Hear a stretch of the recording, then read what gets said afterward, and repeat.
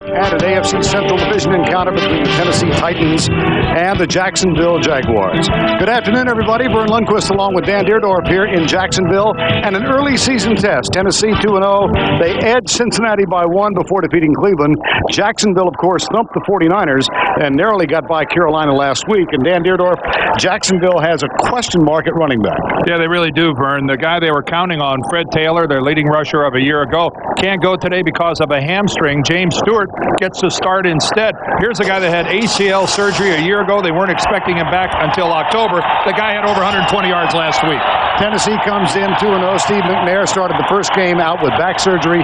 Neil O'Donnell, quite a backup acquisition for this team. No kidding, Vern. 4 teams in 4 years for this New Jersey native, and a real luxury for the Titans to have a veteran like this to turn to. McNair won't be back for probably at least 6 weeks. Their running back situation, well, as usual, it's Eddie George, the former Heisman Trophy winner. A soggy field, you'd like to have a big back. Well, here's a big back and an awfully good back.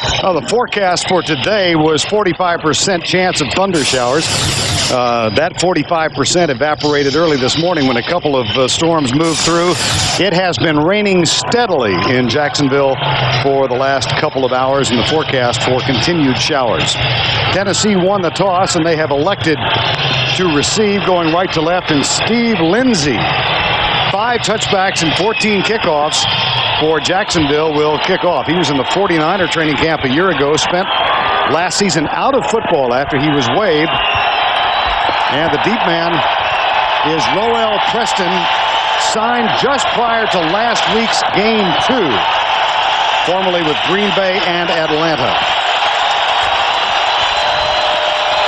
Here's Lindsey's kick. And Preston will return it from a yard in.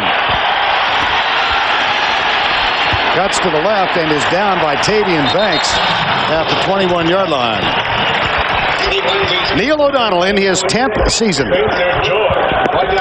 And a fine performance last week, signed just before training camp started after having been released by the Cincinnati Bengals. 310 yards, over 300 for the 11th time in his career in last week's victory. He has played Jacksonville twice previously with Pittsburgh and Cincinnati. 1st and 10 in the rain at the 22.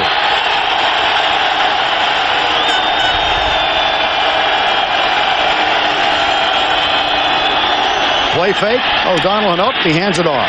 Good fake. Eddie George gets his first carry, and let's check this Tennessee Titan offensive line. Hopkins, Sanderson, Bruce Matthews, the longtime veteran Olsen and Runyon, George and Neal in the backfield, Yancey Thigpen and Kevin Dyson at the wideouts, and Frank Wycheck, the leading receiver last year, is the tight end. 2nd down, 7.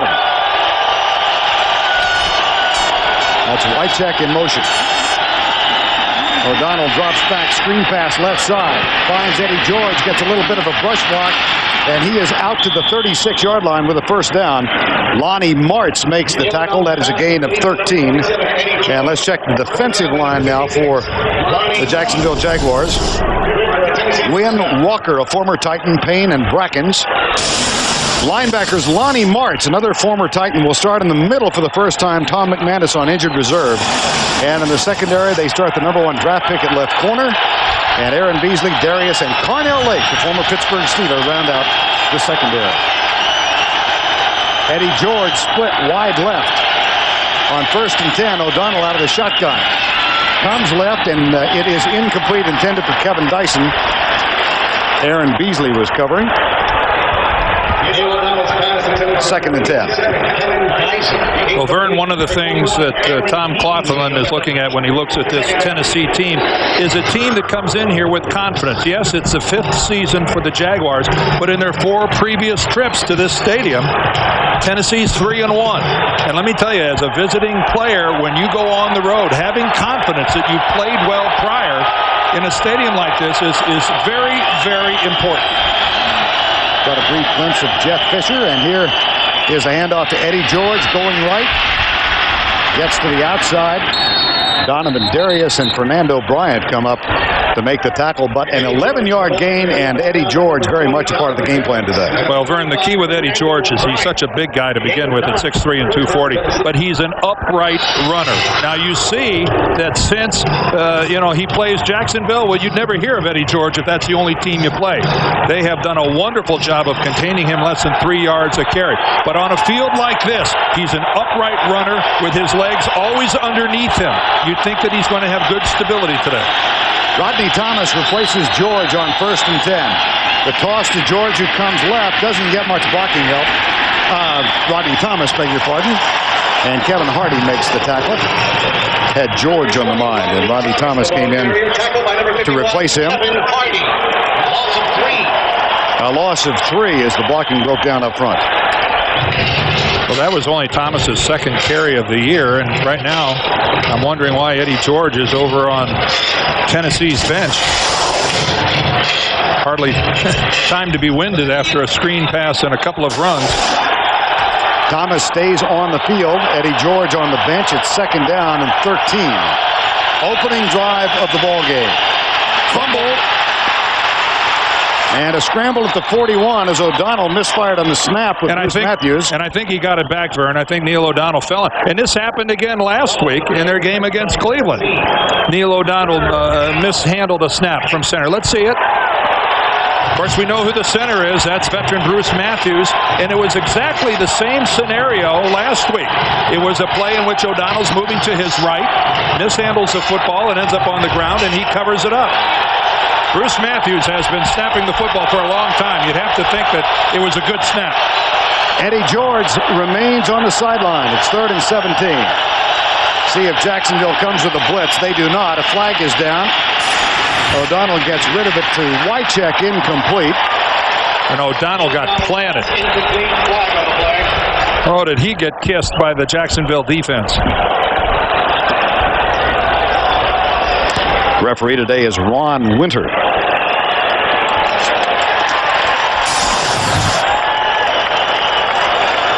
Well, needless to say, a penalty against the Titans will not be enforced. Illegal formation. Number 72 of the offense was not on the line of scrimmage. The penalties decline. 4th down. Brad Hopkins guilty of the infraction, and Craig Hentrick is on to punt. Had a wonderful season last year when he led the league with a 47-yard average per punt and a net of 39.2. Got him a trip to Honolulu. Yep. High snap. He controls and gets rid of it. Reggie Barlow will let it bounce, and it comes to rest at the 16-yard line. 44-yard punt, nothing on the return. Jaguars have the ball to be returned to Jacksonville. 49ers went on the road last week in Edge, Carolina. Mark Brunell in a quarterback in his 7th season. He did not play the last time these two teams played here. Late last year, missed the game with an ankle injury. That was a Tennessee victory. 1st and 10 at the 17. Motion from Kyle Brady, the new tight end. Now he sets up as a blocking back. Brunell with a lot of time, but nobody open, so he heaves it away. Incomplete. And let's check the offensive line that will attempt to protect Mark Brunell. Got a pretty good one at left tackle in Boselli. Maybe the best in the game. Tilsky, Wade, Zach Wiegert, and Leon Searcy at right tackle. James Stewart, Damon Shelton in the backfield, Jimmy Smith and Keenan McCardell at the wideouts, and Kyle Brady, signed as an unrestricted free agent from the Jets, opens at tight end. 2nd and 10. Tavian Banks comes in. He is split wide to the left side. Brady will provide the lead block, or attempt to. The handoff to James Stewart, and not much there. Tackle made by Javon Kearse, number 90, the rookie number 1 draft pick. He is joined on that front line by Mike Jones, Jason Fisk, and Henry Ford. At the linebackers, Robinson and Bowden flank Barron Wortham. And in the secondary for Tennessee, Denard Walker back in the starting lineup, missed last week. Blaine Bishop, an All-Pro, and Samari Roll, along with Marcus Robertson. 3rd and 10. No score. Opening Jacksonville drive of the game. Three-man rush, a zone blitz. The pass over the middle. Is it complete? Nope. Ruled incomplete. Keenan McCardell could not hang on. You saw Tennessee drop one and rush three. Well, again, a reminder, the ball is soaking wet. It's raining, and you must come down. You must come down, demonstrate possession. It's actually a perfect throw from Mark Brunell right on McCardell's hands, but even with the gloves, he's not able to control the football. Now Brian Barker on to punt for the first time. And Roel Preston activated just before last week's game. High snap. Barker controls it and really booms this one. That chases Preston all the way back to the 24. And he runs into excellent downfield pursuit, led by Stacy Mack. A 59-yard punt and 7 on the return. And that's the best play we've seen so far early in this game, the handling of the football and the punt by Barker. The Edge is sponsored by Southwest Airlines, proud sponsor of the NFL and official airline of the Super Bowl. Honda, and by smooth, refreshing Michelob Light. 10:24 remaining in the opening quarter of play. Tennessee going after its 9th consecutive division victory. Last loss was to Jacksonville at home, or what they called home a year ago. Yeah, I was going to say, where was that? That was at Vanderbilt, right? That's right. Before that was Memphis. Before that was Houston. Here's O'Donnell. Gets pressure from the backside, fires it. It looked like it was a one-hopper. It was incomplete, intended for Yancey Thigpen. O'Donnell's pass complete to number 82, Yancey Thigpen. Second down. Nice effort by Thigpen, trying to come back to the football, but he had absolutely no shot at that. A much-traveled Tennessee team. New look, new name, the uniforms. Some people love them, some people don't. Hard to imagine what they've been through, these nomads at the Astrodome and the Liberty Bowl. And here's the handoff. Eddie George gets it, and Kevin Hardy makes the tackle. And Vern, keep in mind that those last couple of years at the Astrodome, it was pretty much a foregone conclusion that the then Oilers were moving. And you don't blame the people of Houston for not coming out and watching them play. Eddie George was chatting with us last night about the new facilities, an 80,000 square foot administrative building and locker room with weight room and so on. Adelphia Coliseum. Brad Hopkins said we now have contemporary amenities. 3rd and 6. An offensive lineman. You point out. Here's O'Donnell and a bump from behind. That'll be a flag thrown on Fernando Bryant, the #1 draft pick, intended receiver Kevin Dyson. Yeah, Dyson does a nice way, but Bryant really stays right with him. He's not buying any of the deep fakes by Dyson. I don't think there's a whole... We're having a conference. Although from up here, it sure looked like he hit him early.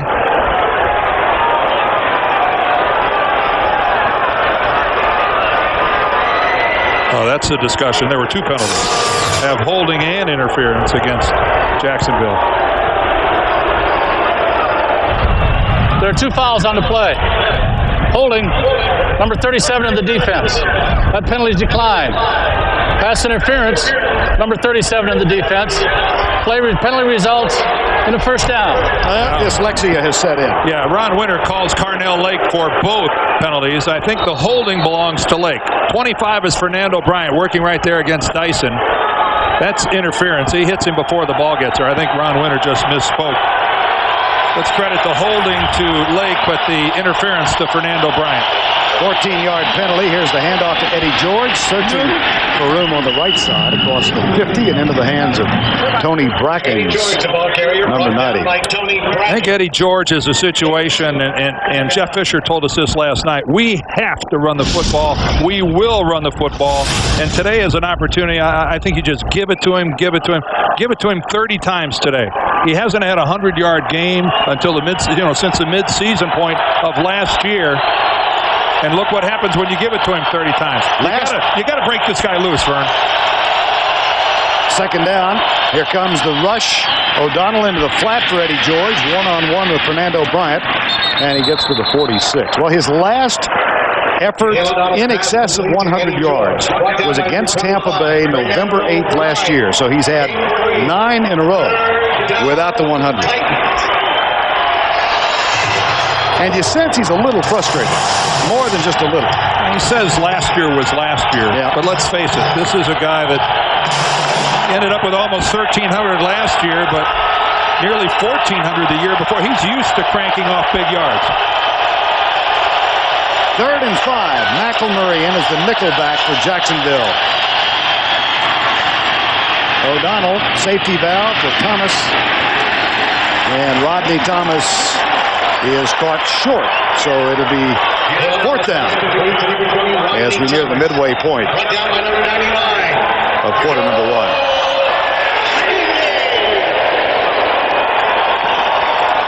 Well, we've got a new defensive coordinator in Jacksonville, Dom Capers, former head coach of the Carolina Panthers. He specializes in a lot of different schemes, and that time right there, he took away everything Tennessee was looking at. That was just a beautiful job of team defense. So what Hendrick accomplished last week when 3 of 4 were inside the 6. Here's a fair catch called by Barlow, and this one is inside the 10. 35-yard punt. Also a 35-yard net. And they got it just inside the 10-yard line. Jeff Fisher, 5.5 seasons as the head coach, 8-8 in each of the previous 3 years, and given the travel schedule, that's pretty remarkable. Here's Brunell with a handoff, and he goes to James Stewart, lunging out across the 15. He picks up a quick 7 yards. Coming up Friday on CBS, New York Magazine calls Now and Again the best thing by far on any of the networks. Don't miss an all-new episode Friday on CBS, America's most watched network. With rumors abounding that CBS might win for the 2nd week in a row. Yeah, wouldn't that be something? Making us the most watched network, right? Nice segue. Kudos. Ooh. Did that well. Here's a handoff to Stewart again. James Stewart, in week 3 a year ago, suffered a torn anterior cruciate ligament. Didn't expect to get him back until October. He came back last week and rushed for 124 yards. Here is the injury, Dan, as it occurred a year ago. It's going to happen right on the sideline. Attempts to cut upfield, gets that. Boy, you see how that left leg awkwardly caught? But last week, 124 yards against the Panthers. And when you talk to Tom Coughlin, he said it's just nothing short of amazing. You watch James practice, you watch him play, you can see absolutely no effect of major knee surgery a year ago. I find that for a running back to be very remarkable. 1st and 10. Brunell gets rid of it, fires it out. Caught by Keenan McCardell. That's good for a 1st down after a gain of 11. McCardell, hampered by injuries last year, had what for him amounted to an off-season. Yeah, he had 64 receptions a year ago. The prior 2 years, he had 85. But what a tandem with McCardell and with Jimmy Smith. That's just good, solid work against very solid coverage. Samari Rolle was really all over him. Some good young cornerbacks here in Tennessee with Rolle and Walker just in their 2nd and 3rd year, respectively. 1st down and 10. Here's Stewart again. Big hole. Bigger hole. Foot race. James Stewart breaks the tackle and is finally caught inside the 30. Oh, call the abuse hotline for Marcus Robertson. Oh, wow. James Stewart, first of all, what a hole at the line of scrimmage. Outstanding lead block by Damian Shelton, the fullback. But look at that stiff arm against Marcus Robertson, who's left to do nothing but be on his back and try to kick at him as he goes by. That is a gain of 41 and a 1st down at the 29. Whoa. Now Tavian Banks replaces Stewart. Here's a flip left side to Kyle Brady. And Blaine Bishop makes the tackle. Well, it was last week he scored from 44 yards out, did James Stewart. Through a gaping hole. Look at this hole at the line of scrimmage. Wade the center, Tilsky the left guard, Baselli the left tackle. There goes Zach Wiegert. And just look at that. There is not a Tennessee Titan within 8 feet on either side of James Stewart as he goes through the line. And then it's left to Samari Roll to save a touchdown. Stewart back on the field on 2nd down and 7. That's what we call a statement run, bro. And Stewart popped as he gets to the 25-yard line. First contact made by Jason Fix, number 97. That's the kind of a run where everybody in the defensive huddle goes back and looks at one another and says, where were you? Where were you? How could that happen that we were that far from even getting a sniff of James Stewart as he went through? And he's a young man who has really maintained a professional attitude in light of the injury last year. Obviously gave away his starting spot, did Stewart, to Fred Taylor, who had a sensational season. And Stewart rehabbed and came back and then had the big game last week. Here's Brunell. Blitz coming. And this one is off the hands of Jimmy Smith. That's a should have had. Well, he almost had the first one. Almost had the second one. Yeah. Didn't finally miss it until his third shot at the football. Mark Brunell telling us he wants to get rid of the football a lot faster. That one was not really a great throw by Mark. It was kind of behind Jimmy Smith, who was able to reach back with his right hand. You kind of got to say that was not one of Brunell's better throws. Here's Mike Hollis, who had a string of 20 consecutive ends last week when he missed from 49 yards out. Out of Brian Barker's hold and New Year's snap, this will be from 42. Snap a little high, but Mike Hollis, who is the most accurate field goal kicker in NFL history, hammers one home and gives Jacksonville an early lead. Jaguars lead by 3. Jaguars go 65 yards in 8 plays. The big run, of course, 41 yards by James Stewart. They get a field goal, and now watch as Steve Lindsay kicks off for the second time in the ballgame. And this will be a touchback. That's 6 touchbacks in 16 kickoffs for Steve Lindsay.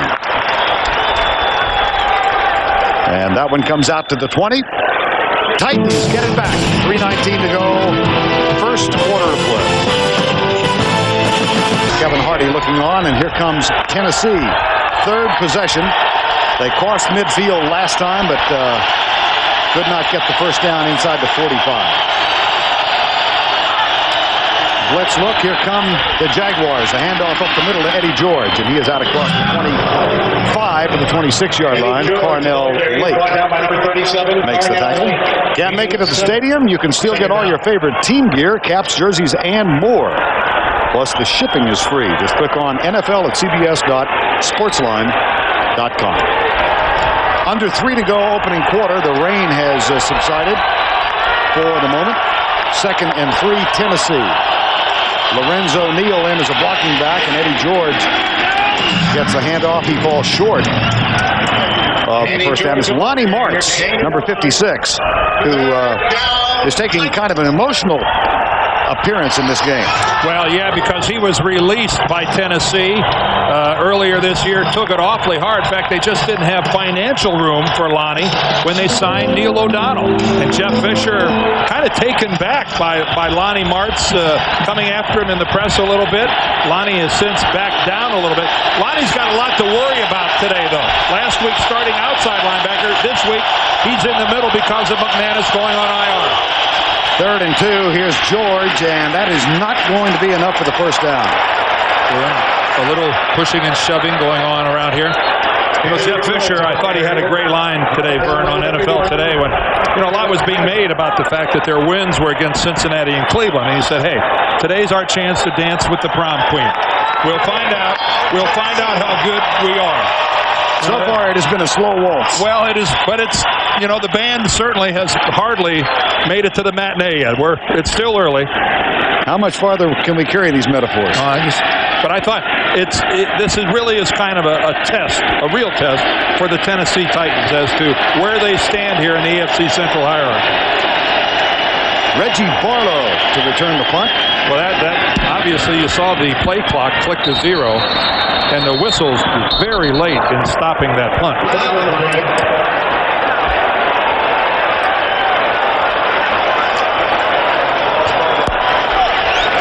Delay game. Offense. A 5-yard penalty. Remains 4th down. That's really, and Jeff has reason to be upset about that. That just 5 yards of field position that is just foolishly given away. So they march it back inside the 25. And we'll try it again. Kevin Long is the snapper. And he'll send it back to Craig Hentrick. Barlow waits now at the 30-yard line. Not his best. On the run, Barlow gathers it in at the 40-yard line and then is entangled in blue jerseys as he gets to the 48. The tackle made by Perry Phoenix. Line drive punt by Hentrick of 37 yards and 12 on the return. Monday on CBS, Jaguars lead by 3 and Brunell brings them up. Best field position to start a drive for Jacksonville here in the first quarter. Got it 50 yards out. Tavian Banks split, top hit screen, wide left. Brunell fires it out behind Jimmy Smith, incomplete.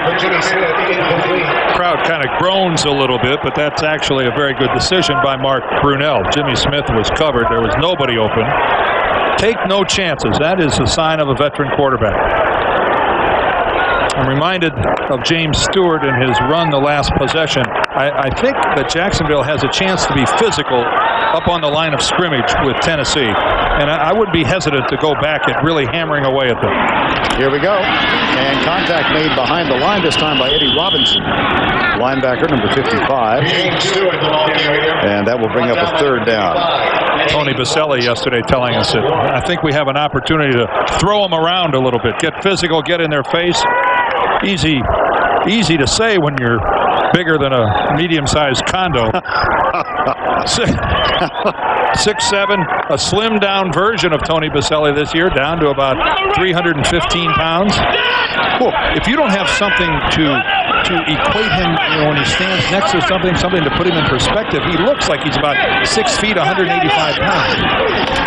Here's Brunell on 3rd and 11. He goes far left side. It's incomplete. Juggled by McCardell as he's going out of bounds. And Damon Sidney, number 37, was there to make the tackle. Squandered field position by the Jaguars. Getting a chance to set up at midfield and not even coming close with anything. 2 incomplete passes.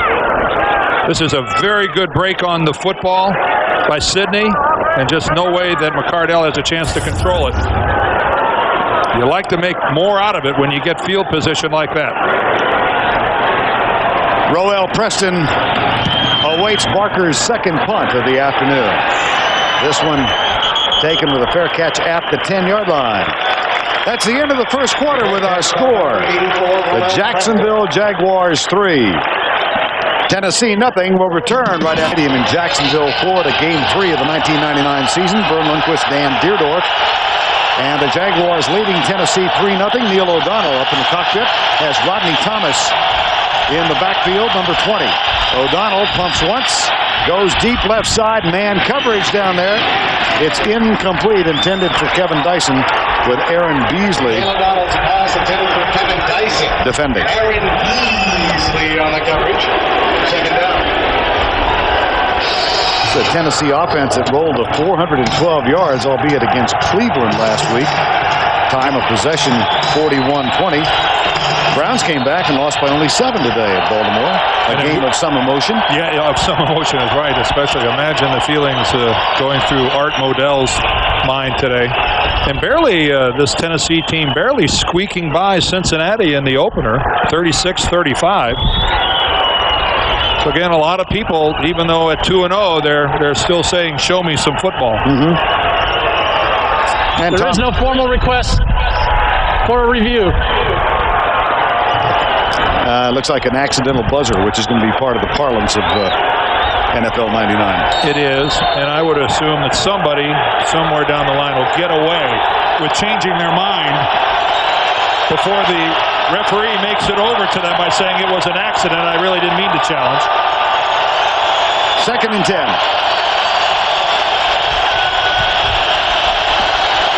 Thomas remains in the backfield. O'Donnell hands it. Oh, man! Tony Brackens, number 90. slipped by Brad Hopkins. Well, he did it by taking an inside swim. Take that one step upfield to the right side of your screen. Brackens takes that big inside move. That's just quickness. There he is at the top in the three-point. Starts to the outside. And then look at the conclusion of this play. A lot of pushing and shoving. This was expected to be, and I'm sure it will be, a very physical game at the line of scrimmage. 3rd and 14, and time has been called by Tennessee. Neil O'Donnell, 14-12 to go in the first half of play.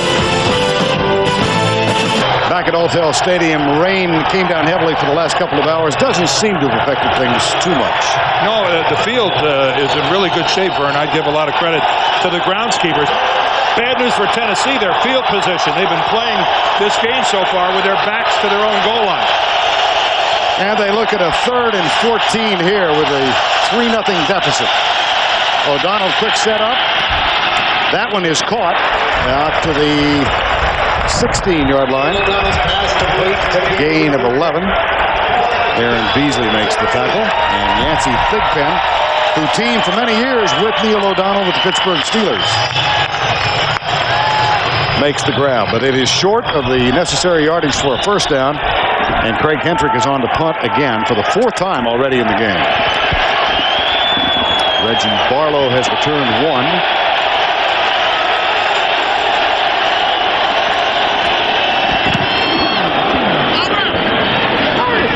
Barlow grabs this one at the 35. Gets a little blocking help and is dragged down after the 46-yard line. Tackle made by Perry Phoenix, a 49-yard punt. And 11 on the return. There is a flag down.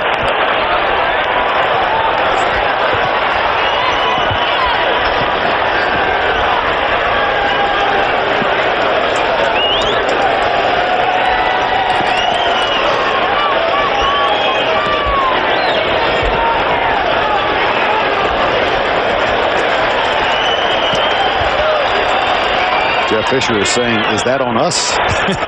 He's saying you must have that on the other team. You have to give the punt returner an opportunity to catch the football. You got to stay a yard away. Interference with the opportunity to catch the kick on a kicking team. Penalized 15 yards. First down. There's an imaginary circle about a yard around the receiver, and you can see right there Sidney all over Reggie Barlow. Actually appeared to have his right hand on his hip as Barlow was catching the football. The greatest of days to take a river cruise, but nevertheless, traffic on the St. Johns River, hard by Alltel Stadium in downtown Jacksonville. The Jaguars start at midfield after that penalty for the 2nd consecutive possession. Mark Brunell, his team up by 3. And off left side, James Stewart, another big hole. He already has one run of 41 yards. This one puts him down inside the 35, a pickup of 16. And the 2 runs by Stewart, all of the offense that we've seen so far, again to the left side. Tony Baselli, a block right there at the line of scrimmage. Another one by Kyle Brady. And Tennessee unable to defend the left side. Just look how it's sealed off to the inside. Baselli wedging it back to the inside. Damon Jones, the tight end, 88, with a good block. First down and 10. Here's Brunell. He'll throw, or wants to. Comes to his left and throws it away. Incomplete. Now let's go back to New York and check in with Jim Nance. All right, Vern, the Colts dominated early. A touchdown pass to Harrison from Manning, but back come the Chargers. Natron Means is in, and it's 10-7 in the second quarter. Let's go back to Vern and Dan. All right, Jim, we've got a 3-0 game here. Jacksonville with a 41-yard field goal, 42 make it, from Mike Hollis. And threatening again now as they're inside the 35. Looking at Natron Means carrying the ball for the Chargers. Of course, he was part of the Jaguars here, and they're getting started. Not always on the best side of Coach Tom Coughlin. Second down. That one hits Kyle Brady in the helmet. popped him right in the helmet. Well, Javon Curse was right there around the football, too. Curse, a defensive end, but a lot of times in this look, he's a guy that can rush the passer. He can drop back in coverage. That's Javon Curse, number 90, who had the ball go right through his hands. Keep in mind, that's a defensive end. Of course, you're talking about a guy that went to Florida as a safety. Right. First practice, he's free safety. Second practice, strong safety. By the third practice, he was a linebacker. Here comes the rush on Brunell. He is flushed to his left. The flag is down. Brunell popped by Javon Curse. What a catch! There is a flag, but the catch is made at the 1-yard line. McCardell, but this one might be coming back. And Tom Coughlin arguing on the sidelines, how can you let them hit my quarterback like that? The holding call against Jacksonville long before Brunell got hit on the sideline. Again, anytime a quarterback leaves the pocket, the defender in front of a lineman. Holding. Number 71 of the offense. A 10-yard penalty. Repeat, third down. The defender in front of a lineman goes in a direction that you're not expecting him to. And a lot of times that's why you'll see the hold. Tony Baselli isn't expecting Brunell to go to outside. Now here, number 90, Curse. Well, he kind of hit him with his chest, and he had his arms up. All right, right there. Working on Henry Ford is Tony Baselli. Boy, by NFL standards, that's not what I'd call flagrant holding. That looked like a pretty acceptable block by what constitutes pass protection these days in the NFL. Nevertheless. So we had a whole lot of things happening on that play. Then we had a hold. We had a hit on Brunell over on the sidelines by Javon Curse. Nice catch by McCardell, and the rain starts up again. So many things happened by the time McCardell caught it. It hardly mattered. 3rd and 20 at the 44. Here's Brunell. Comes to his left again. That one is tipped and incomplete. And it was tipped by the linebacker, Terry Killens, number 50. So 2 tipped passes on that series. Hardly a passing clinic being put on here by Mark Brunell and the Jaguars. Looks like he's just got the perfect lead in trying to find Brady. But a good play up front by Tennessee. 2 of 10 for Mark Brunell so far in this ballgame. 2 of 10. He's missed his last 6 in a row. Flags down. This one a dead ball foul, so we'll have the infraction marked off and re-punt it. Prior to the snap, false start. Number 38 of the offense. A 5-yard penalty. Remains 4th down. Mark Brunell with modest numbers thus far. 2 of 10, as Dan said. 14 yards. And Vern pass along a lot of credit to the Tennessee Titans defensively. The last 2 times Jacksonville has had the ball, it has been right at midfield, and they don't have a single first down to show for it. Sterling work by Tennessee defensively. Greg Williams, their coordinator. Rich Griffin snaps it back, and here's Barker's punt, taken at the 12 by Preston. And that return has kind of been in keeping with this game. I'm not sure whether soggy or sloppy applies. One or t'other. Time call. Nasty Sunday afternoon tonight on 60 Minutes. According to the man he chose to write his biography, Ronald Reagan was both, quote, an old spaced out man, end quote, and a great president, end quotes. That's 60 Minutes tonight on CBS. Interesting combination.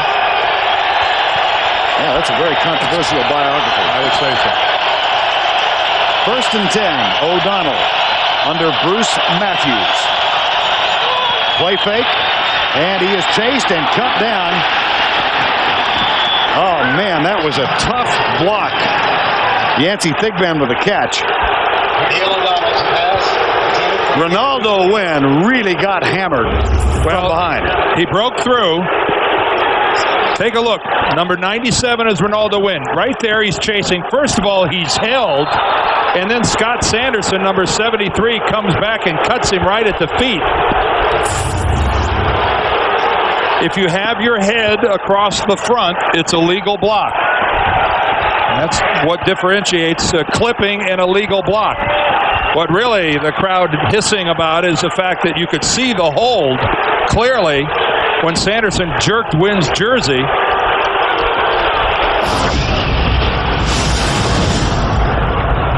Ronaldo Wynn, the #1 draft choice of this franchise back in '97, still down on the field. The crowd really unhappy. PBS is sponsored by Agilent Technologies, dreams made real, and by Taco Bell. Want some? Eddie Robinson, Baron Wortham, the linebacking core, and on the other side of the field, Ronaldo Wynn, number 97. Let's take a look at it one more time. Here's Ronaldo Wynn right here. Watch him as he makes his move to the inside. Sanderson beaten on the play, grabs him from behind, and then throws himself in there and catches the back of the ankle of Ronaldo Wynn. I think that's a play that should have been flagged. 2nd and 10. Draw play. Eddie George just does manage to get back to the line of scrimmage, and a little scrap breaks out. Kevin Hardy, I believe, and Jackie Harris. And they're still locked up. Get your hands off a face mask. Now the guys get in close like that and grab a hold of a face mask, and I would throw the flag anytime a guy locks up on another guy's face mask. It's a bad habit. Jackie Harris, in his 2nd year with the Titans, will get a rest now. And defensive changes made by Jacksonville on 3rd down and 10. In the rain with 11:27 to go, first half, a 3-0 game. Chris Sanders is the 3rd wide receiver. They rush 3, now 4. And the late man arriving, O'Donnell, gets rid of it, has a receiver wide open. This is Dyson, and he flies down the sidelines before being chased out of bounds by Carnell Lake, the former Pittsburgh Steeler. And a great look at a quarterback. You don't have to be a scrambler with straightaway speed to be an effective pocket quarterback. All that matters is, can you make somebody miss? And that's exactly what happens here. Neil O'Donnell buys a little extra time, and this is a good look at his receivers staying alive. Dyson looking at his quarterback all the way. Now watch O'Donnell right here. It's initially a 3-man rush. There comes number 4, Tony Brackens. And a neat little sidestep by O'Donnell buys him the extra time. And finally, Tennessee gets some decent field position. That is a 30-yard gain and a first down at the 48. Eddie George back in the backfield. Play fake to George. O'Donnell flips it. Oh, it's dropped. Yancey Thigpen, number 82. Aaron Beasley in the neighborhood. Thigpen looks at them like they misbehaved. The hands. Whose hands are these? Yes. How did that happen? Well, Yancey Thigpen is finally going to get some help. Kevin Dyson, their #1 draft choice of a year ago, who just had the long completion, is really offering Neil O'Donnell, and when he comes back, Steve McNair, an alternative on the other side of the ball away from Yancey Thigpen. 2nd down and 10. Wycheck tight to the left. There's Eddie George out to midfield at the 50, and a report from the bench. Ronaldo Wynn, who was taken down by Sanderson, has a sprained left ankle. His return to the game is listed as questionable. Lonnie Martz and Gary Walker collaborating in the last play, and a big 3rd down coming up now with 10:45 to go in Jacksonville. 3rd and 8. Well, the loss of Wynn will force Don Capers to go to some different looks. He's only got about 20 of them, different combinations of defensive linemen and linebackers. Out of the shotgun. O'Donnell under pressure, has to grab hold and is taken down. Larry Smith, the 2nd-round draft pick, and they expect an awful lot out of this young man from Florida State. He made the sack. Larry Smith starts at the defensive end position. Just a power rush as he bowls to the inside and goes right over Olsen. That's nothing fancy. That is power football by Larry Smith. First sack of the afternoon. And a punting situation comes up. Here's Hendrick. And here is Barlow at the 21.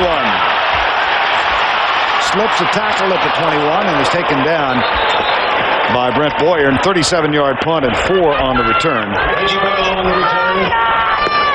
And the Jacksonville Jaguars get it back with 9:56 to go, first half. Got him some stilts or a box? A box of stilts. Here's the handoff. Goes to James Stewart, and he's out to the 27-yard line. Tackle made by Eddie Robinson and Baron Wortham. Well, you see the last 4 possessions, that 66-yard drive highlighted by a 41-yard run from James Stewart. It's the passing game for Jacksonville that appears to not even have come out of the locker room today. It didn't want to get wet. 2nd and 8, that's Brady in motion. Brunell, nobody open, so he'll scramble. And slide down at the 39-yard line. That's good for a first down. That is one of the things he brings to this offense. Well, you got to contain him. In your upfield rush, someone has to be responsible for the outside portion of the field. That containment is lost to Mark Brunell's left. You see Baselli takes Henry Ford all the way down to the inside. Nobody gets upfield. And Mark Brunell, if you're going to go one direction, I would think maybe I'll go behind number 71.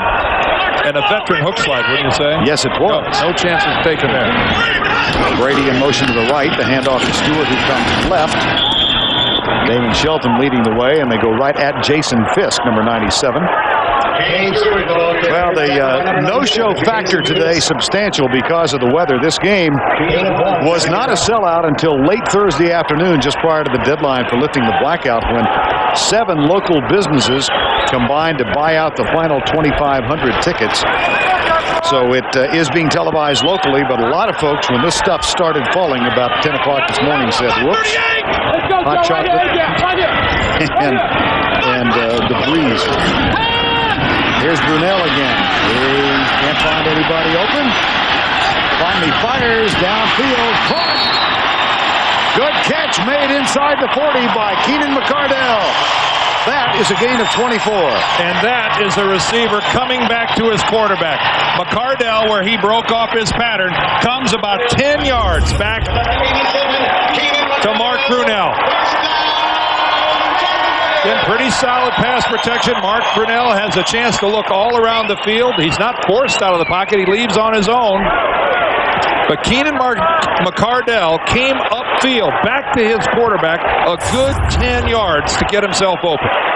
Here's the handoff to Stewart. Tries to find room up the middle over the back of John Wade. Kenny Holmes, number 99, makes the tackle. Game 3, second down.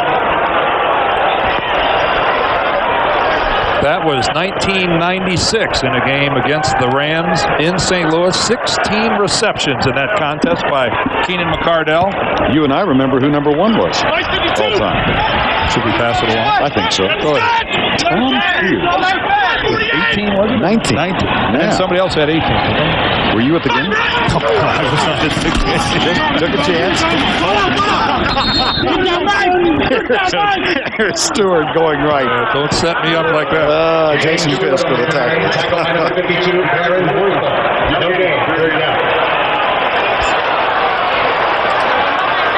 Well, for all kinds of information on the league, log on to the NFL, vote in the continuing series of best NFL photos of the century. That's www.nfl.com. 3rd and 7. I bet the Jaguars would like to complete a pass where Brunell just drops straight back, plants, and throws it to somebody, and he catches it. There's the quick setup. He plants and throws it. Drop. It's intercepted, as a matter of fact, and that's picked off in the air. And Mark Brunell, the only guy that had a chance to save a touchdown, did it. And you know who caught it? Anthony Dorsett Jr. Bounces right off of Reggie Barlow, I think. I don't know what Mark Brunell has to do. It looked like that ball just a direct strike on Reggie Barlow. The Little Hawk gets the interception. All right, here it is from the end zone.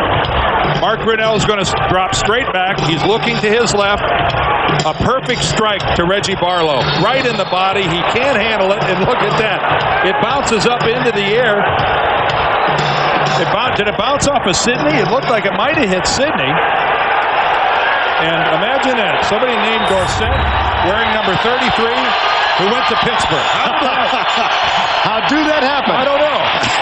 Here's Eddie George at the 30.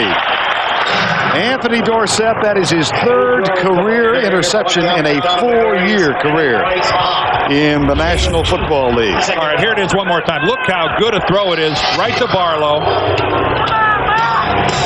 It's perfect. Right off his right shoulder, up into the air. And then right off the sole of the foot of Dane Sidney. And Dorsett very alert. Right spot, right time. 2nd down and 8. That was a 45-yard interception return. Blitz coming. O'Donnell reads it, gets rid of it, and the pass is complete to Kevin Dyson. O'Donnell's pass complete to Kevin Dyson. Brought down by Fernando Bryant makes the tackle, but a pickup of 12. First down, Tennessee. And how about this red zone effectiveness for the Tennessee Titans? That is not a mistake. 56 consecutive times Tennessee has been in that red zone and come away with either a field goal or a touchdown. Wycheck in motion. O'Donnell slips and is popped as he falls down at the 24-yard line. Seth Payne and Tony Brackens up there. O'Donnell sacked on the right. The last time, by the way, in case you're wondering, the Tennessee had a red zone failure December the 14th, 97 against Baltimore. They turned it over on downs inside the 20-yard line. Loss at 5, so they're outside the 20. Jim, Craig, Randy, and Jerry coming up with scores and highlights on the NASDAQ halftime report. We're 4 minutes and 12 seconds away. Shotgun. Dyson in motion. Here's O'Donnell going deep in the middle. Holding. And that one's going to come back. Yeah, that's holding.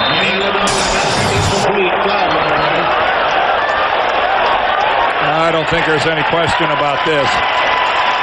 Brad Hopkins was one of the guys that was, I think, highly suspect. Holding. Number 73 of the offense. A 10-yard penalty. Repeat 2nd down. Scott Sanderson, the left guard, number 73, the one who gets called. Here's Sanderson right here. Here's Hopkins. Let's take a look at it and see which Sanderson gets the call. Hopkins is the guy that he flagged, though. Yeah. That was, again, I think Scott Sanderson took one for the team there. Yep. Ron Winter meant to call out Brad Hopkins, 72, the left tackle, for the takedown. Brad Hopkins, talking with us last night, said he and Brackens had established a rapport. And here comes the draw play to Eddie George. He tries to get out of a tackle and circles back, loses yardage down at the 37. And that's Gary Walker who makes the play. Another one of the players that was upset with Jeff George and his departure from Tennessee. He was a member of the Titan squad last year. A good hit right at the line of scrimmage by Brackens, but then it's Gary Walker who has to finish up on Eddie George. 3rd and 28. And that the red zone string here is in real jeopardy.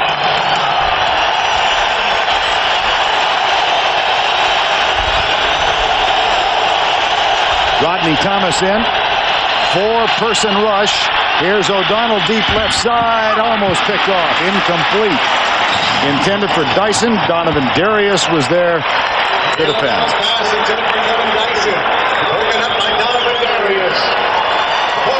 Fourth down. And that string is over. Yep. Hendrick is in to punt. Is that kind of like talking about a no-hitter? We bring it up, and that's the end of it right there. That's a new category, isn't it? Red zone conversations. Well, they actually got down to what, the 18? Yep. Drive started at the 18, or the first down started at the 18. Now Hendrick to punt for the 5th time. Now, it could be a fake punt that could run it into a touchdown. That, yes. Want to bet? I could be the hero of the Ryder Cup win. And congratulations to the United States kids. No kidding. Young men, not kids. And we have an injured player down, Jackie Harris, who limps off. So the clock stopped while Harris got to the sideline. Jackie Harris, the second tight end for the Tennessee Titans.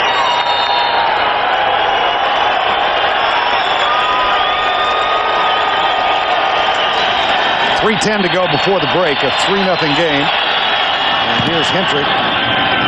Nice and high. Barlow with a fair catch. Moves up. Well, we may get another flag. Again, we get 2 of them. Yeah, again, Reggie Barlow not given a chance to catch the ball. That is just lack of concentration and just sloppy play.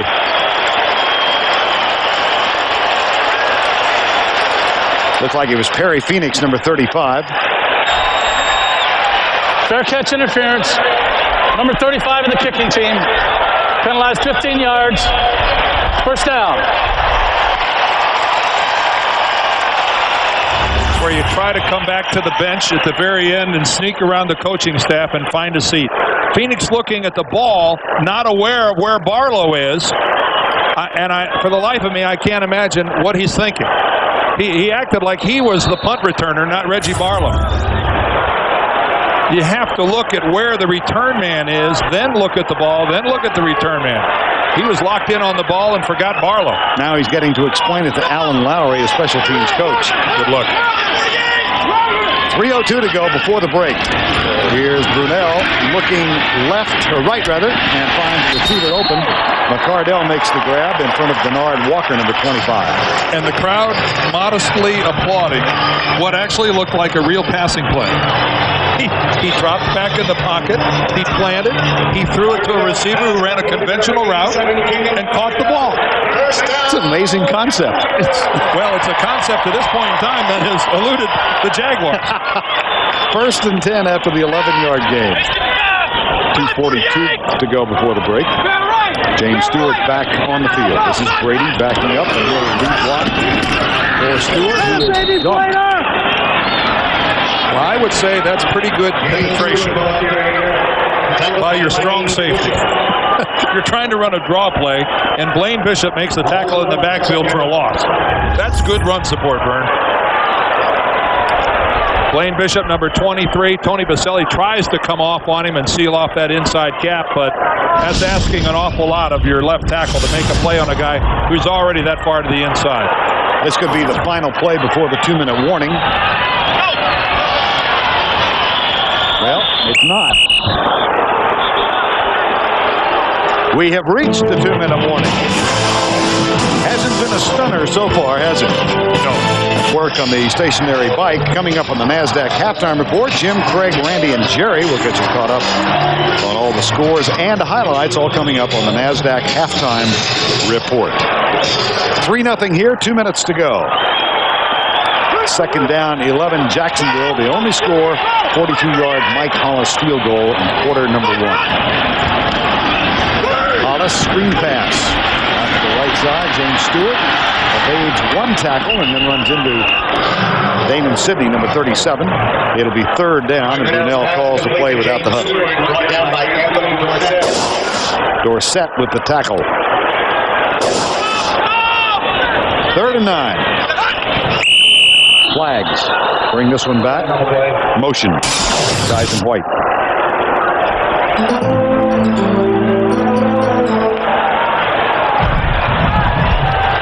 Prior to the snap, ball start, number 77 of the offense. The 5-yard penalty remains 3rd down. That's the new guy, Zach Wiegert. He's right guard. Second guy in from the top of your screen. You saw that actually there was a lean back by John Wade, the center, who initially got it started. Wade kind of rocked back on his haunches. That got Wiegert. Once a guy moves on the offensive line, it's a chain reaction. 3rd and 14. Brunell lets it fly. That's caught at the 50. That is a first down into the hands of Jimmy Smith. 17-yard gain in Jimmy Smith's first catch of the first half. 1:20 to go before the break. The Jaguars, I believe, still have all 3 of their timeouts remaining. Brunell looking right and finds another receiver open in front of Denard Walker. It's Smith again. And all of a sudden, the passing game of the Jaguars, which has been dormant, is now making an appearance here. Well, how's that for a little contact between Jimmy Smith and the corner?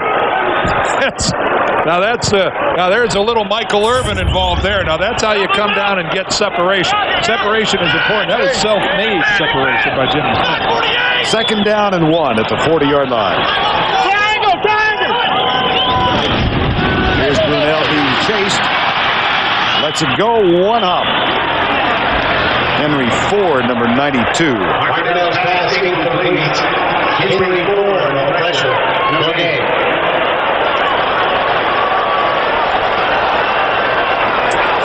And word from the Titan bench is that Jackie Harris pulled a hamstring. Questionable his return. Marcus Robertson had a bridge knocked out of his mouth in contact, and Dorsett is on in his place. 3rd and 1. Quarterback sneak, and that will be enough for the first down inside the 40. Time is called by the Jaguars. That's their first. They have 2 left, and we have 59 seconds to go.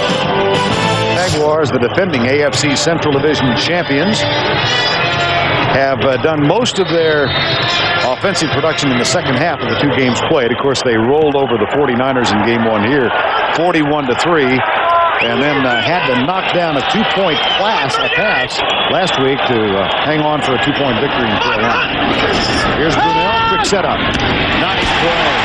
At the 25 is Jimmy Smith for his 3rd catch on this drive. That's a gain of 13.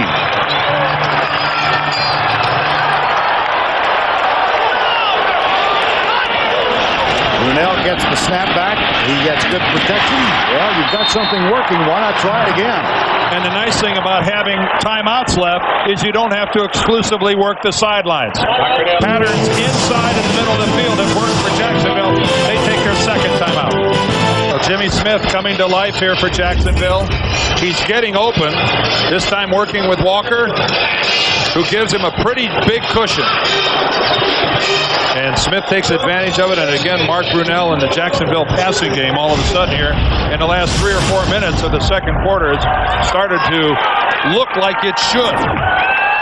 One of the better passing games in the NFL year in and year out here in Jacksonville with Smith and McCardell. 2nd down and 1, Jaguars. Here's Brunell, comes near side. This is McCardell. And that's a 1st and goal at the 7-yard line. Damon Sidney makes the tackle. Sure, Mark will just spike the ball here, I would assume. At least make Tennessee think that. There you go. So that stops the clock with 24 seconds to go. And Jacksonville still has 1 timeout left.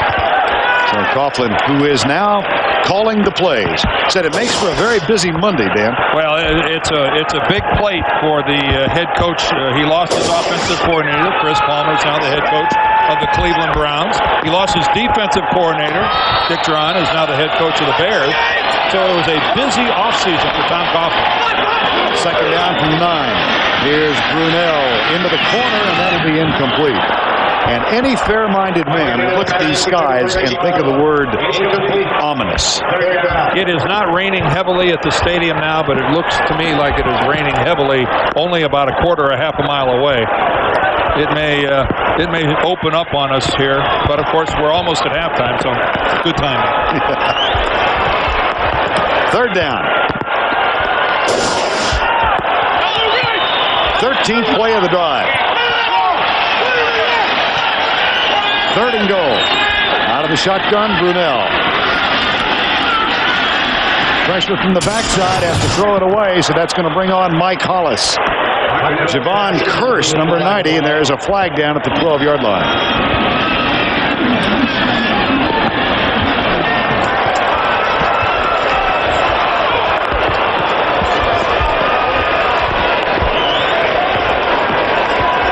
Motion call against the Jaguars. Well, an interesting situation here for Tennessee. If they accept the penalty, it gives them another play. Illegal motion. Number 87 of the offense. The penalties declined. 4th down. That's right. You're not going to give Mark Brunell another shot at the end zone, which is what would happen. Even though you back them up 5 yards, that's certainly no trade-off for giving them another opportunity to run a play. So with 15 seconds remaining in a downpour here at Alltel Stadium, Hollis on from 27 yards away. It is really opening up now. Brian Barker will hold.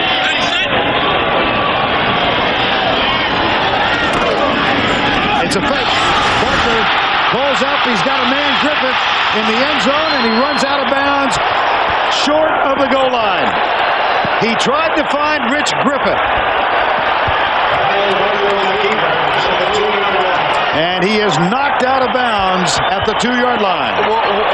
What was he doing just running out at the 2-yard line? Killing the clock? I'm being facetious. I know. Now here goes Barker breaking out. Now he's broken containment, but here comes Javon Curse with that great speed. But you've got to try to get in the end zone. You got to throw yourself. You got to throw. You got to do something. You just don't run out of bounds. Try to launch yourself. Do something. Throw it. I don't know what you want to try. You got to, once he ran across the line of scrimmage, he's down to launching and propelling himself somehow. Sacrifice your body. That's what we. Yeah, that would seem to be the antithesis of giving it out or selling it out. That was not to be. Barker was looking for an umbrella. Jim Brown, you're safe. Coming up on the NASDAQ Halftime Report, Jim Nance gets you caught up on all the scores and highlights. It's all coming up on the.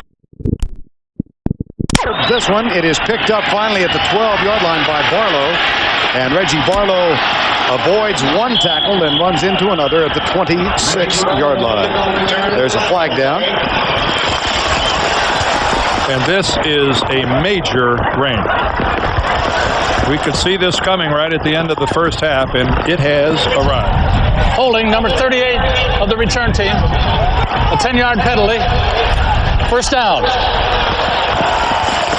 That's one of the drains coming down from the stands here at Alltel Stadium.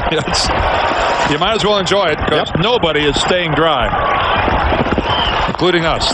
Yes.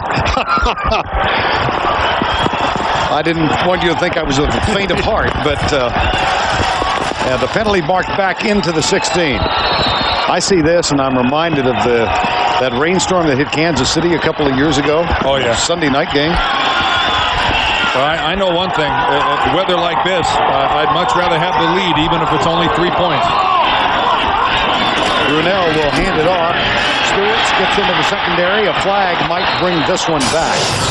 If the play stands, Stewart is out to the 21, but Marcus Robertson, who's back on the field, cut him down.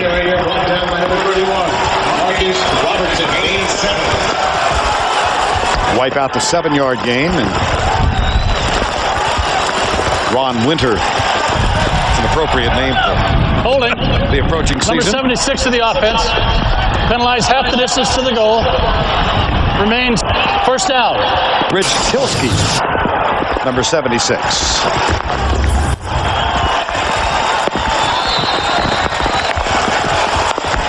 Tilsky, the left guard, pretty much has him wrapped up around the waist.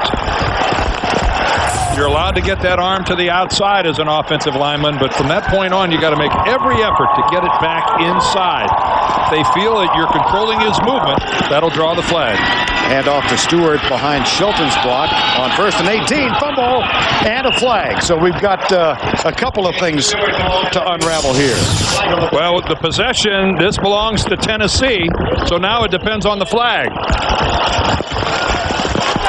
There's the indication from Ron Winter that the turnover goes into Tennessee's hands, and Brunell will come off. 1st down, Tennessee.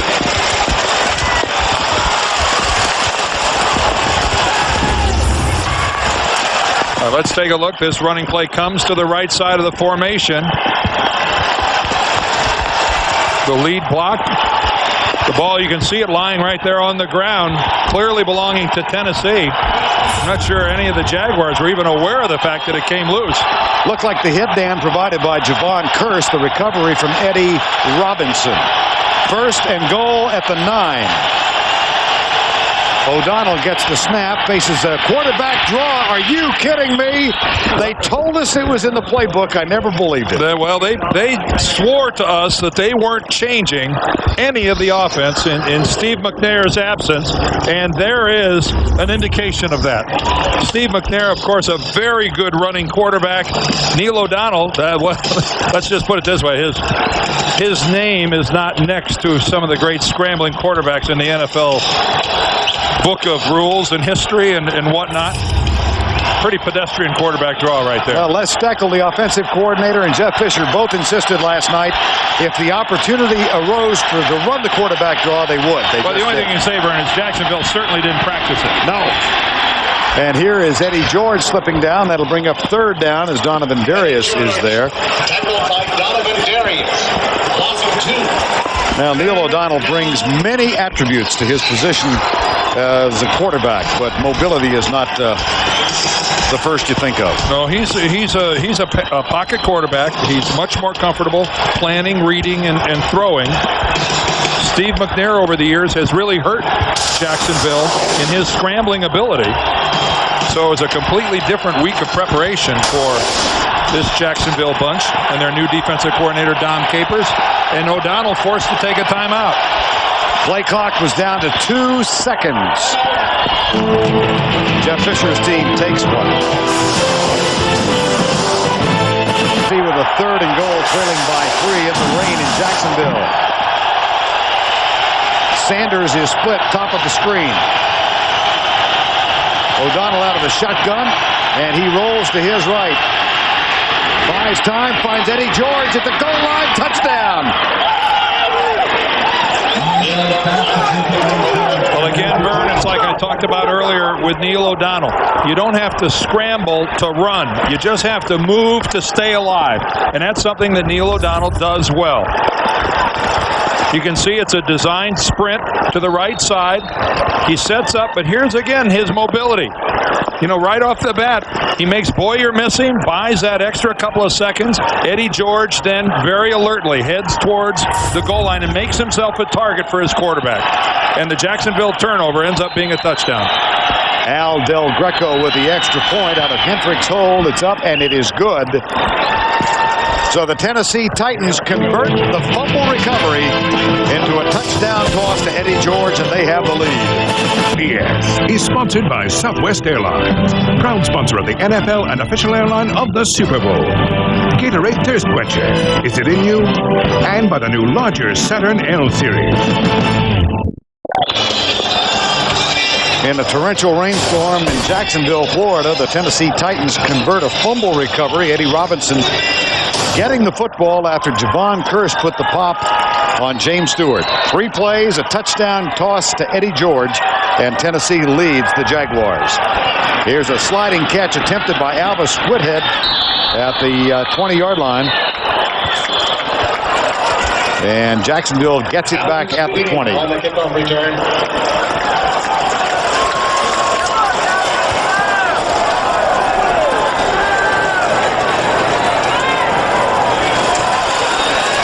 Jacksonville came in with a +5 turnover ratio. They have lost 2 today. An interception by Anthony Dorsett and the fumble recovery by Eddie Robinson. 7-3. Just keep in mind that interception, not Brunell's fault. He hits Reggie Barlow right in the chest, and it pops to Dorsett. Stewart hit him blind and knocked down at the 21-yard line. James Stewart, number 33. Again, if you did join us late, Fred Taylor, who injured a hamstring last week early in the win to Carolina, is on the inactive list today. Stewart will get most of the play in the backfield. 75 yards, the biggest one today. A 41-yard run that set up the only Jacksonville score. 2nd and 8. Play fake. Brunell lobs it out. Caught. but the tight end Damon Jones is knocked down by Eddie Robinson. Coming Tuesday on CBS, it's an all-new episode of Jag. Catch David James Elliott and Catherine Bell in America's #1 action drama Tuesday on CBS.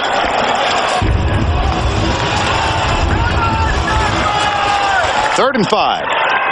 Alvis Whitted comes on the field. You see that miserable passing, that third down efficiency by Mark and the Jaguars, 1 of 7.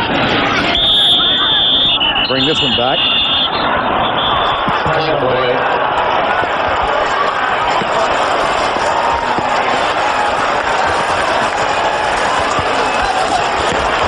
And that'll be prior to the snap, cost Jacksonville 5. Well, you would expect some false starts by the visiting team in a hostile environment, but actually it's been the Jaguars playing here at home who've been a little ragged on the offensive line with a couple false starts so far. That cost them 5. Ball inside the 20. 3rd and 10 officially. 3-man front for Tennessee. And they will rush only 3. Brunell deep in the middle. Clock. Jimmy Smith first down at the 37-yard line. Well, that's a pretty route by Jimmy Smith. And a strike by Mark Brunell in the rain. Everybody who plays Jacksonville knows that Jimmy Smith is his favorite target. Just a lightning strike from Mark Brunell. Looking to the right, looks off the defense, and comes back to his left. Oh, isn't that a pretty play? But what a good look there of Mark Brunell looking off the defense, looking off the safeties, looking to his right, and then snapping back to Smith. 5 catches for Jimmy Smith. He's got to rest now on first down and 10. That was a gain of 17. And this play turned to spaghetti as soon as the snap was made. Boy, that unraveled quickly. Baron Wortham and Joe Bowden made the tackle. Mark comes out attempting to throw really, but his receivers aren't looking back at him. Some real confusion there between Mark and his receivers. Mark wanted it done. All right, he's got 2 guys to this side down here. The slot man, McCardell, looking back, but to the outside, you know, it helps to look at your quarterback. He's reluctant to throw to a guy who's got his back to it. Here's a handoff in the backfield, and the tackle made by Eddie Robinson, number 55. That brings up another 3rd down. I like your reference to Mark and the Jaguars. I expected a rhythmic beat to There's been very little rhythmic beat to this offense so far today. Illustrated by that play right there. Eddie Robinson unblocked Vern, and this is as ragged as I have ever seen this Jacksonville offense. But again, Chris Palmer is gone. Tom Coughlin, the offensive coordinator, he's doing everything with this Jacksonville franchise now. Here comes the blitz. There's the quick read, and it's incomplete as double coverage provided at the 50-yard line on Jimmy Smith. Marcus Robertson came up to deliver the second hit. 4th down. Good work by Jimmy Smith, initiating the contact, breaking off. He sees Robertson coming at him, but you can't deny that Brunell put the ball right on his hands, and he didn't catch it. You know, the old saying is you're going to get whacked anyway. You might as well get whacked holding the football. Barker will punt. Catch is made by Roel Preston. And he makes his way up near the 23-yard line. That is a 48-yard punt, 11 on the return. Rain continues to fall. 9:01 to go, 3rd quarter. Mark and the Jaguars looking a little bit more like Hootie and the Blowfish. In this, you love the game. 1st and 10. Titans. O'Donnell hands it off to Eddie George, and he moves it out near the 29, perhaps the 30-yard line. Now let's go back to the punt just before the break and watch Jason Kraft and Damon Sidney. It's really not a lot of fun being the sprinter. Kraft tries to get back to the inside. Sidney does a pretty good job of mugging, mauling, holding, scratching, and staying on his guy. Kraft not a part of that punt coverage. 2nd down and 3 after the gain of 7. Normally those guys get double teamed. He got handled by a single cover. Here comes the blitz. Play fake. O'Donnell has a man open. It's Dyson out to the 40-yard line. That is good for a first down. Donovan Darius makes the tackle, a 10-yard gain. Tackled by Donovan Darius. I think Kevin Dyson thought about dropping this pass and stayed with it. Quick slant. Plant looking just to his right side, and actually that ball back behind him. That was a fine effort by Kevin Dyson. All hands on the catch, Vern, back over his left shoulder. Limited to 21 catches last year in his rookie season, but has had a quick start to 1999. First and 10.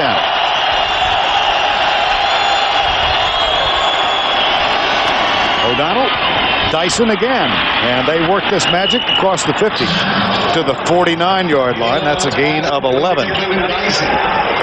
Well, if it works one time, come back to it again. He hits Dyson on a different slant. This time just a quick break to the inside, and Fernando Bryant giving all sorts of cushion to Dyson. Looks like Jacksonville settling into that scheme where it's impossible to complete 5 or 6 in a row given the weather conditions. That's the 4th catch for Dyson today for 63 yards, giving him 18 for the season. As we said, only 21 all of last year. Here's Eddie George. They wanted to work him a lot today. It's picked up by Blaine.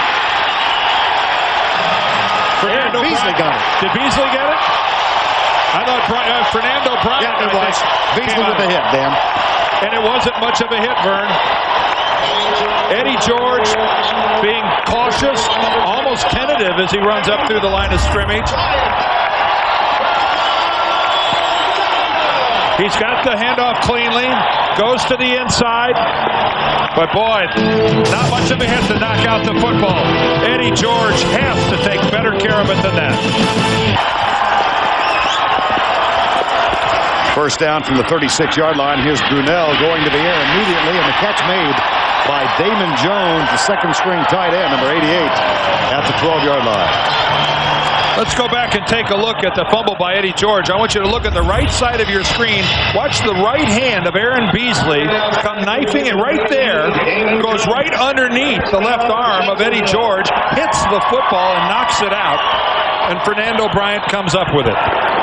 Aaron Beasley, that's the equivalent of a needle in a haystack, sticking your hand through a moving target like that and getting right on the football. Well, if Oscar De La Hoya had landed a jab like that in the final rounds, he might have won. Might have been a knockout. First down. Monday on CBS. Forget De La Hoya and Trinidad, the biggest fight this season. I just read them like they write them. Go right ahead. It's between Raymond and his wife, Deborah. You won't believe what they're battling over. Check it out on the all-new Everybody Loves Raymond Monday here on CBS. I think now that we are all square. You are really good, Vern. You are really good. Second down and 7. 7-3. Here's Brunell to Damon Shelton. That's his second catch of 1999. Hasn't run the ball yet. He is alone at 260 yards, a gain of 13.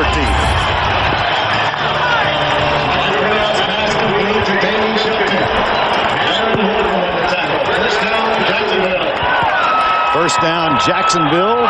They trail 7-3. If you're not going to cover the fullback, take advantage of it. Farron Wortham, the middle linebacker, had the responsibility, and he's just not going to get to the sideline.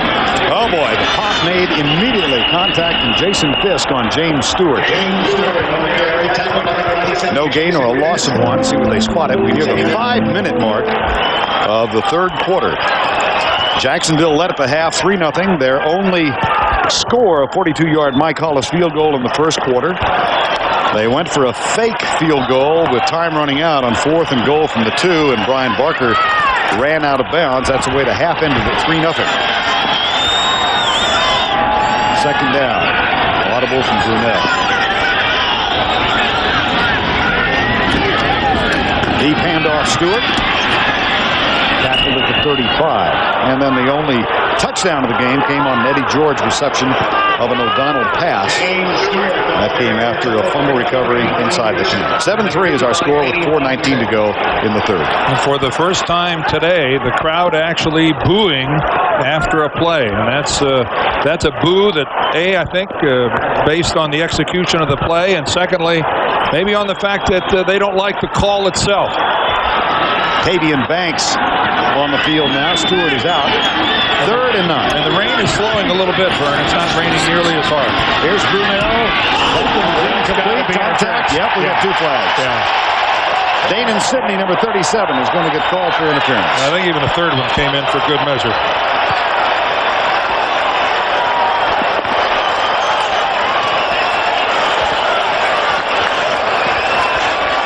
In this type of weather and these type of conditions, a slant is a good pattern to run.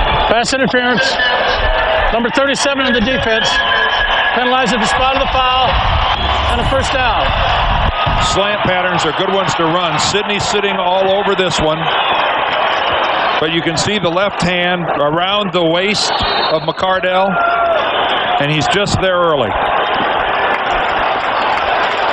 So fresh life for Jacksonville inside the 25. 1st and 10 at the 23. They trail by 4. Loose ball. Stewart dives on it. Brunel couldn't find it. Mark lost the ball and didn't know where it went. And luckily, James Stewart was the only guy that saw it. Well, last week inside the 10-yard line, Brunel went back to pass and had the ball fall out of his grasp. And this time... Oh, that ball never comes up. Oh, John Wade, the center, it came out of his grasp. Mark Brunel, that ball just never left the ground. And fortunately for Jacksonville, James Stewart, the only guy that saw it. Tavian Banks and Shelton in the lineup now. 2nd down, 11. Brunel will scramble. Down at the 29 or 19-yard line. Oh, and Mark got hit right on the head, didn't he? Boy, there has been a lot of action here today for Mark Brunel. He has had to leave the pocket a lot of times today, much more so than I'm sure Tom Coughlin would like him to. He leaves in a hurry, finds nobody open. Now, Javon Curse is coming from behind, number 90. And that's Curse that comes right over the top of it. Oh, and he wraps him with a forearm right on the side of the helmet. Javon Curse coming from behind gets a pretty good shot on the head of Mark Brunel. And we all know in NFL terms that's a no-no. And it is a 3rd down play now. 7-3, Titans lead. 3rd and 6. Brunel will go from the shotgun. He's got Tavian Banks in the slot to the right. 3-man rush for the Titans. Brunel has a man open near the 16-yard line. He found Tavian Banks, last season's number 4 draft pick. Had an injury-marred rookie year. Young man out of Iowa. Working out of an empty backfield. Brunel takes a hit again, but not till he finds his guy breaking to the outside. And that's a good pattern where the wideouts clear downfield, and open it up underneath. At least he can see it coming. Mike D. Jones comes in and gets the late hit. Well, it wasn't a late hit from a penalty standpoint, but after the throw and drops Brunel. On 1st down, Brady leads block for James Stewart at right end, and Stewart struggles to get down to the 10-yard line. Javon Curse, number 90, and Joe Bowden, number 58, make the tackle. Curse, who had the 3 sacks last week in the win over Cleveland at home. Javon Curse, 1st-round pick. An extraordinary athlete. 4.4 40 speed. Story we're being told yesterday, they were testing their players in a vertical leap. There was a 12-foot ceiling, and Javon said, if I touch the ceiling, do I have to do this? And they said no. So he jumped up and knocked out a ceiling tile in a ceiling that was supposedly 12 feet 6 inches high. I sense a little disbelief. Here's Brunel. And Brunel into the end zone. Caught Smith. Touchdown. Deflected and grabbed by Jimmy Smith.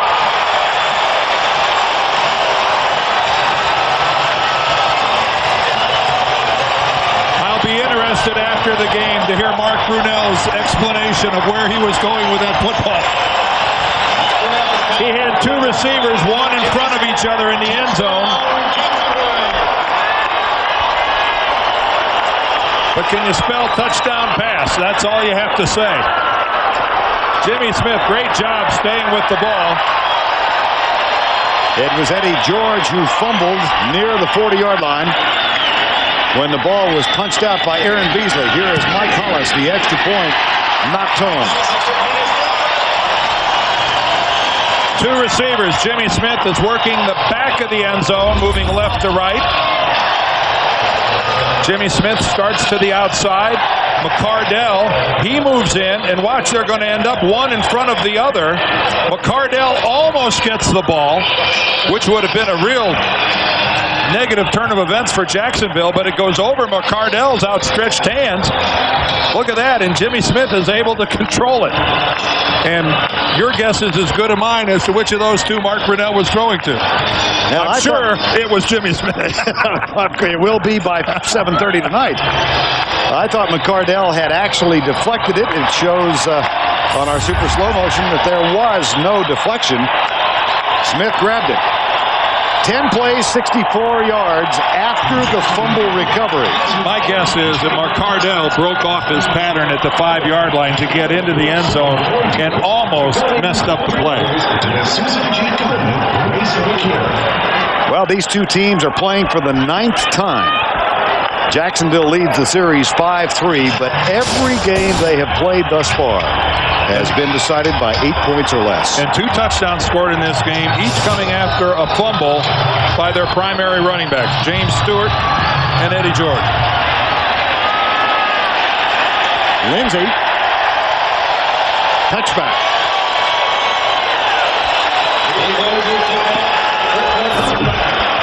Now Jacksonville, as you said, leads the series. The visiting team, Dan, has won 7 of 8. And you don't see that very often and especially with teams that know each other as well as divisional opponents do. Although, as far as Tennessee is concerned, when haven't they been a visiting team? They're a visiting team when they were at home. Jacksonville living in Nashville, having to go to Memphis to play. This is an NFL team that has not had any roots for 4 years. Finally, they have settled down in Nashville in a beautiful new stadium and complex. They trail here 10-7. Wycheck split out. Here's O'Donnell with time across the middle, caught by Wycheck. And Frank Wycheck out to the 34-yard line. That is a gain of 14. Fernando Bryant and Carnell Lake with the tackle. And you know, Frank Wycheck has not been a factor so far in this football game. His first reception of the day. Keep in mind, this is a guy that's been this club's leading receiver for the last 3 years. 70 catches last year. It's just, you know, this is a guy that just has not been a part of what's going on here today. That catch and run, good for 14. It's a 1st and 10. Left side, picked off, Aaron Beasley. And Beasley, being chased by Eddie George, strolls in.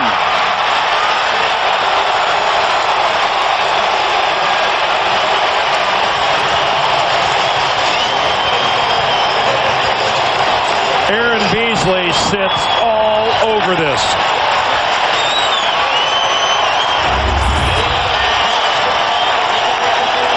A pattern that Tennessee has run before, and obviously Jacksonville spent a lot of time practicing it this week.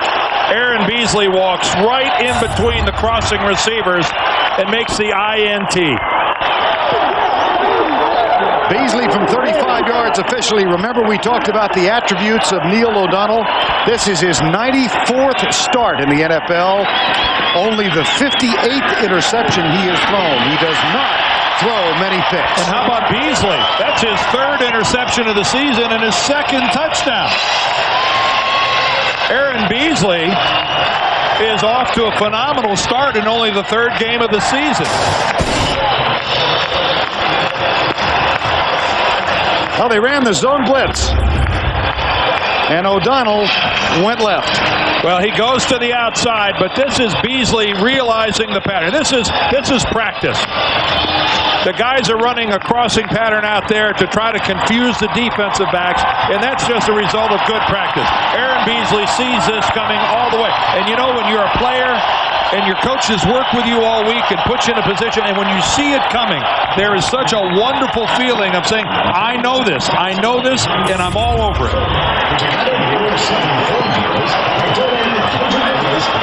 Third-round draft pick from West Virginia, and Neil O'Donnell intercepted for the first time in a Titan uniform. For the day, now 10 of 18 for 114, 1 touchdown. That to Eddie George, 1 interception. That by Aaron Beasley. 14 Jacksonville points in less than a minute. Roel Preston picks this one up. And flags fly as he was hit after he went out of bounds. Dum.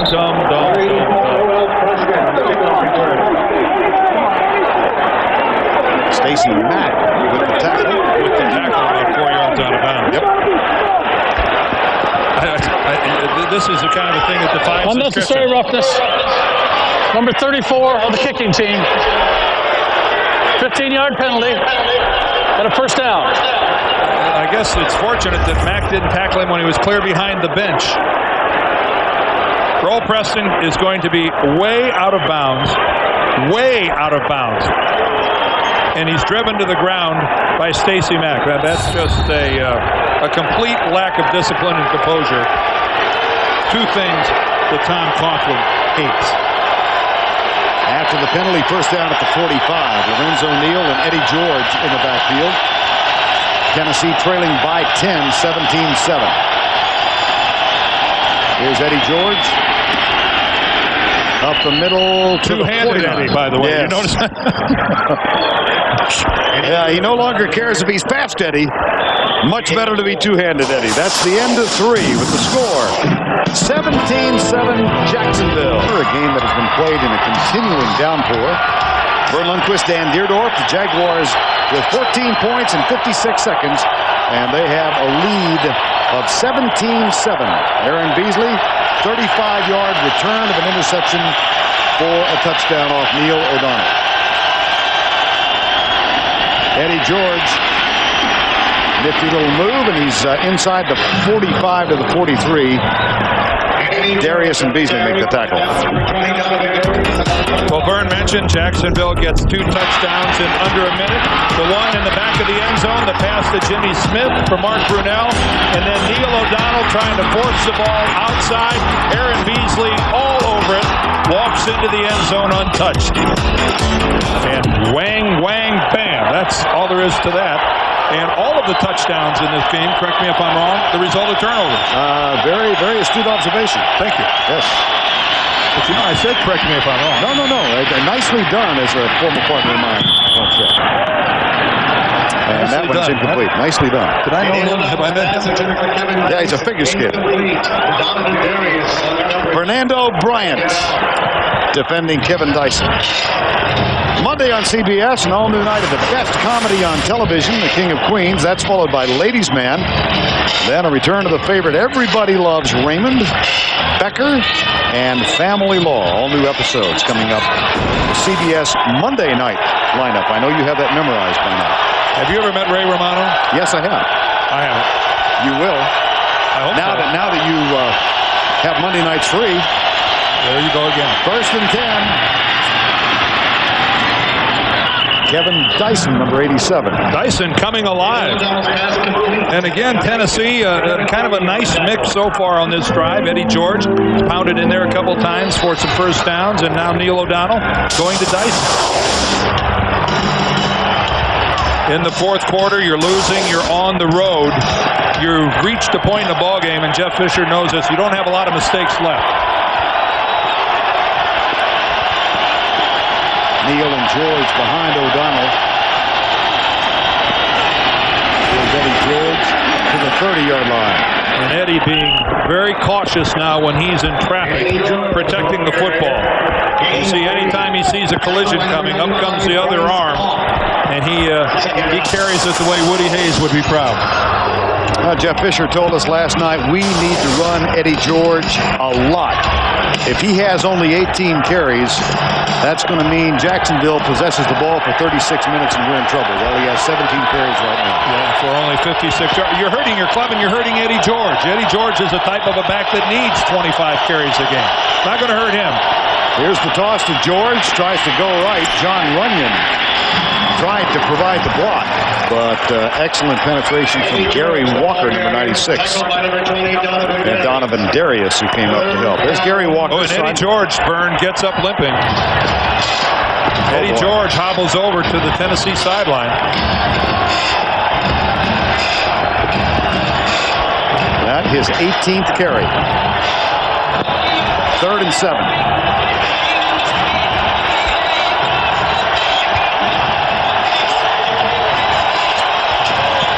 Here's where the Jacksonville crowd comes alive a little bit. Tennessee not going to be able to get a playoff in time. O'Donnell has to take a timeout. That's the second Tennessee timeout. They have one left.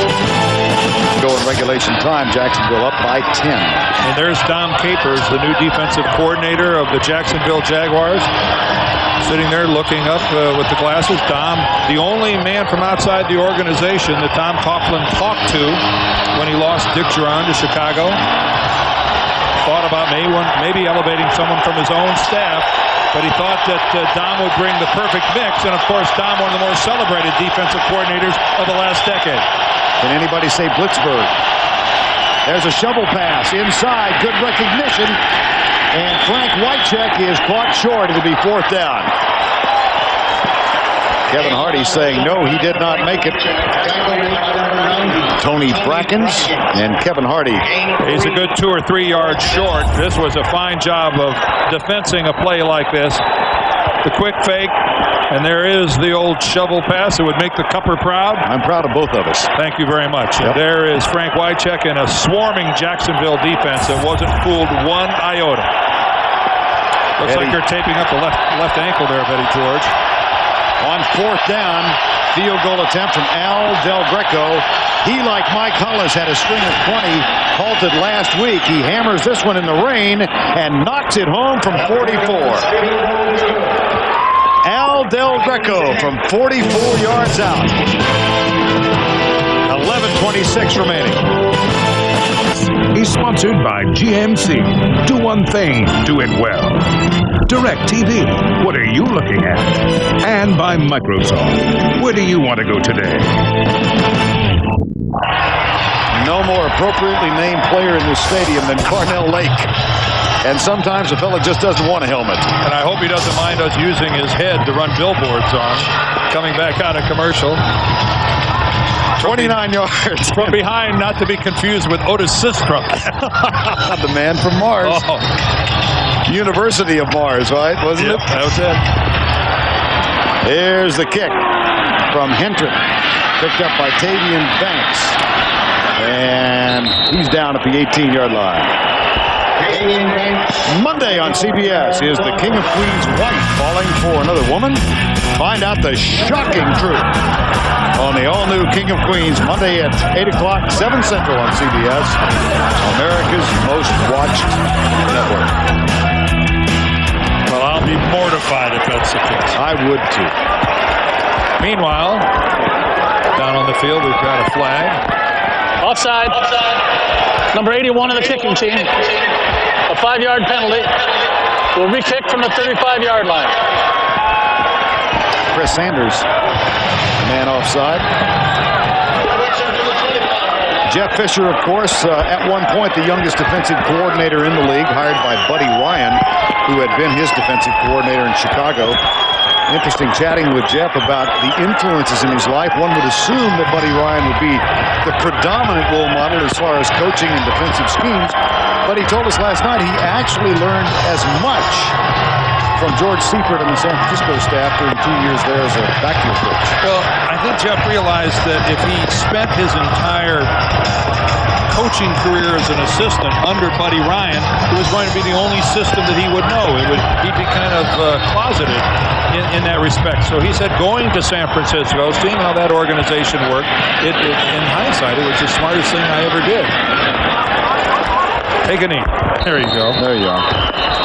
And of course, if you were going to go study the organizational habits of a franchise, going to San Francisco back in the 80s, smart move by Jeff Fisher. George Seifert was the coach. Carmen Policy was there running the organization. Mike Holmgren, Mike Shanahan, fellow coaches on that staff. Right. How about this for time of possession? And of course, a lot of people, I think, have forgotten, and especially those of you that were younger, that Jeff Fisher was a member of the great 1985 Chicago Bears team that won a Super Bowl and did the Super Bowl shuffle at the same time. Jeff, a defensive back on that team. There's the handoff, and James Stewart is knocked down. And just to kind of wind this story up, Jeff Fisher, part of maybe the best defensive backfield in the history of college football. USC. With somebody, what was his guy's name? Ronnie Lott? Let's start with Ronnie Lott. And then we could mention Dennis Smith and Joey Brown and Jeff Fisher. We've got an injured Titan down there, and Blaine Bishop is hurt. And when a player of that magnitude gets hurt, a visit from the head coach is mandatory. Bishop trotted off without assistance. He has been replaced by Perry Phoenix. And it's 2nd down and 6, Jacksonville. Brunell, hand off Stewart. He comes right, picks up about 3, maybe 4. James Stewart, 21 carries now for 84 yards. He had that 41-yard gallop back in the first quarter.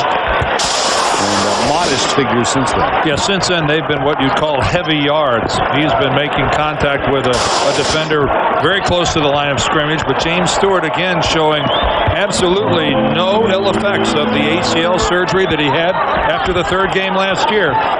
This is a remarkable comeback by this young man. Most of his work you see right up the middle. Here's Brunell, quick setup, pressure from the backside, and the pass incomplete. That was Henry Ford. Oh, and is that Brunell down? Oh, no, that's Tony Baselli who's rolling around behind. Tony Baselli just standing there at the end of the play, and he gets rolled up on. Boy, this happens to offensive linemen so much during the course of it. There's Baselli, number 71, at the top of your screen. Now watch at the conclusion of the play. There comes the roll-up from behind as Henry Ford and Mark Brunell both roll under the legs of Baselli. Chris Howard is back.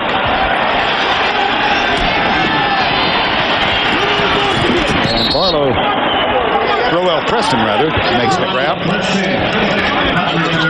6-yard return of a 44-yard punt. Time call, 9:44 to go.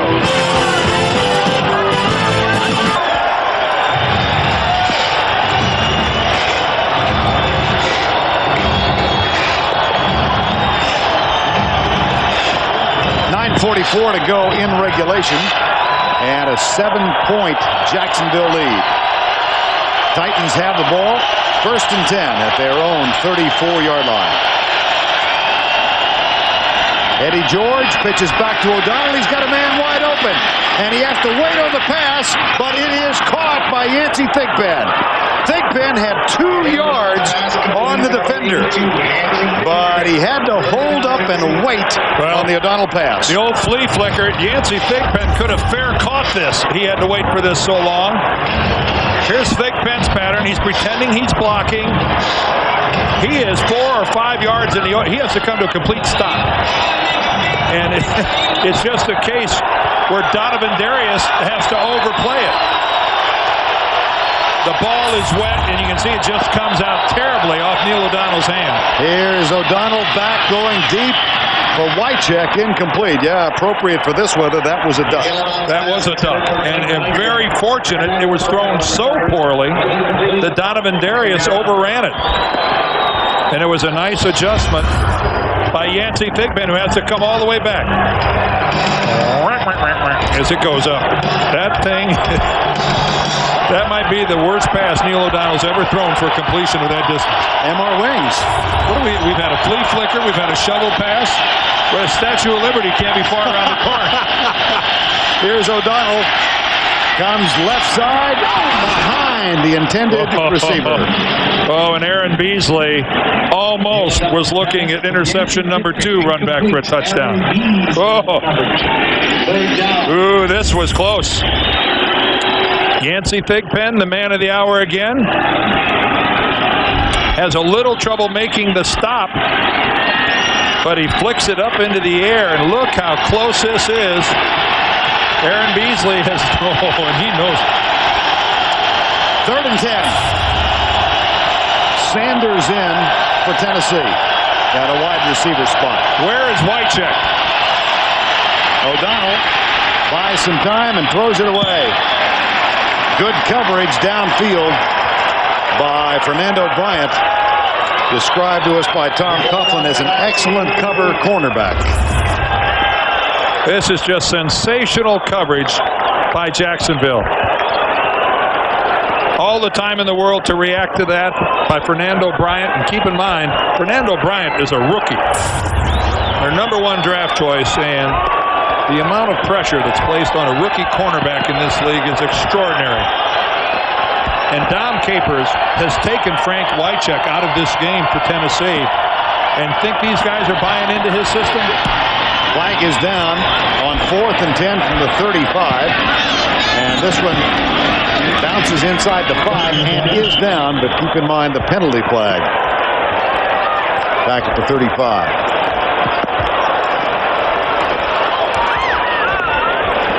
Well, that would not be enough to give Tennessee a first down, but it might alter their thinking, and they'll bring Del Greco on. Yes. Yeah, they're going to now moves them into the field goal range.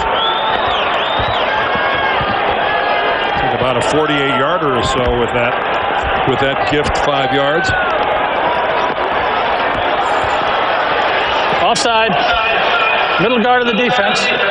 A 5-yard penalty. Repeat 4th down.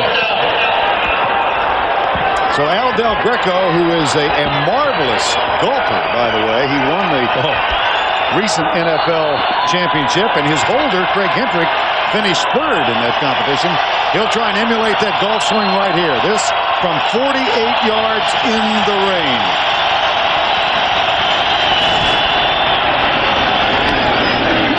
How about that? How about a 3-point play? That's a 3-point offsides penalty against Jacksonville. And at this stage of the ball game, naughty, naughty, naughty. Alan Lowry, the special teams coach, applauding on the Tennessee sideline. Well, they talk about the foot as symbolic of a golf swing. Here's Hendrick's hold. But so critical to a field goal kicker, the footing and the ability to plant with his left foot to drive through the football. And you can even see the left foot of Del Greco sliding a little bit, but he's able to make the adjustment and still get into the football. That is a long field goal, Vern, on this type of a soggy, sloppy field. And by the way, again, kudos to the grounds crew here in Jacksonville, because I think this field is holding up very, very well for the amount of rain that's come down during the game. Now, there was a game on this field in the Alltel Stadium yesterday.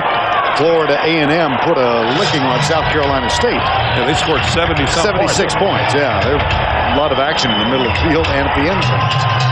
There's 76 trombones in the band, too, didn't it? Many of them in our hotel. That's exactly.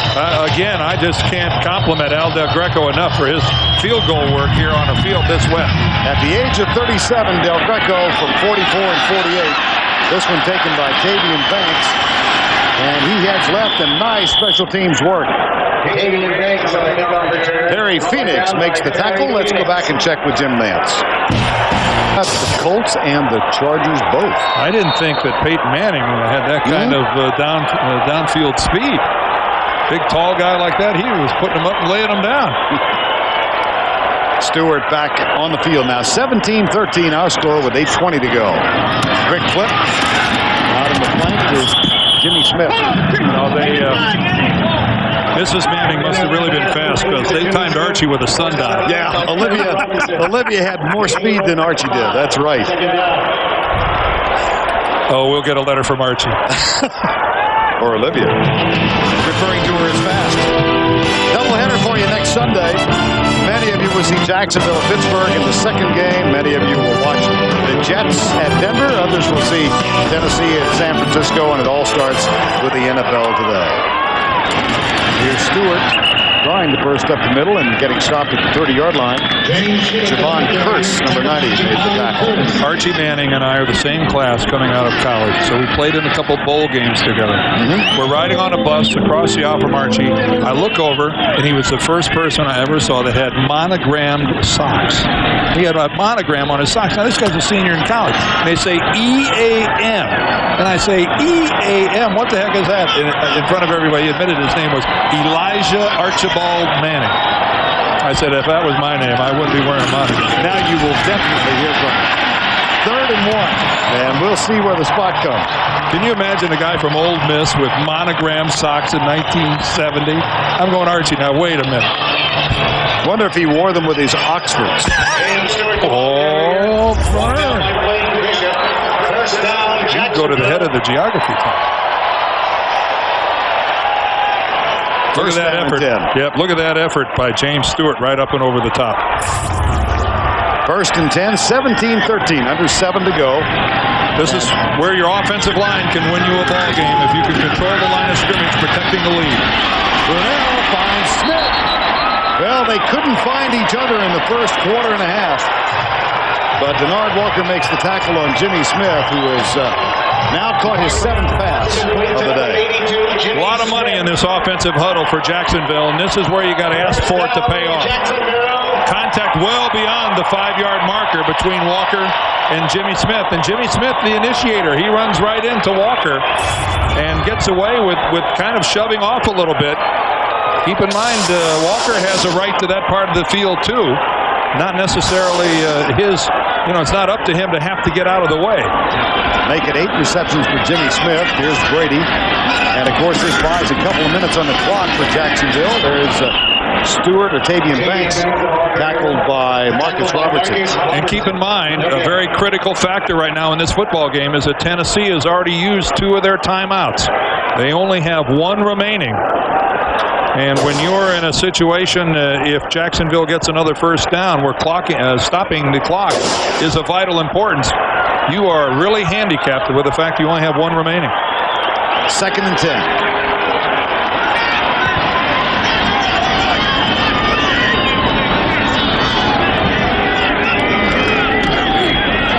Brunel goes deep, man coverage. Just out of the reach of McCardell. They took the shot, it just about paid off. Well, so much for being conservative and trying to grind away. He sees the single coverage to the top of the field. He's got it. Samari Rolle locked up one-on-one with McCardell. And this Samari Rolle is one heck of a cornerback. His only 2nd year in the league out of Florida State, and guys just don't get away from him. Well, it caused the Titans, his play did, to release Darrell Lewis, longtime starter at that position, back in the final cut. Here's Brunel. Across the middle. Intercepted. Picked off by Kenny Holmes, number 99, who had dropped deep in coverage and gets the deflection. And now here's Tennessee, and the second guessers are going to have a lot of fun with the offensive coordinator and saying, hey, you got the lead. Little over 5 minutes left in a ball game, and boy, are you aggressive in throwing the ball on 2nd and 3rd down instead of hammering James Stewart at him. Again, though, a perfectly thrown ball. You can't blame Mark Brunel, and you can't blame Tom Coughlin for the fact that it hit Jimmy Smith right on the hands.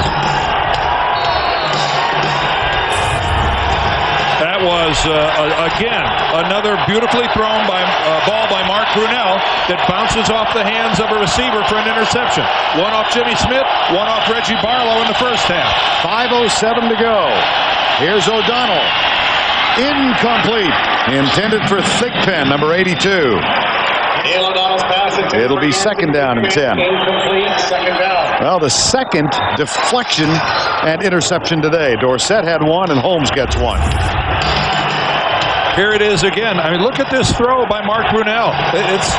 You can't do it a whole lot better. Right out in front of Jimmy Smith. A receiver that caliber, you expect him to be in that situation at this time of the ball game and make the catch. And Mark Brunell is forced to play linebacker and get over and make the play. And the Tennessee Titans are forced to use their final timeout of the ball game. And that is a major mistake on their part right there to have to burn a timeout. 5:04 to go. Titans out of timeouts. And they have a second down at the 45.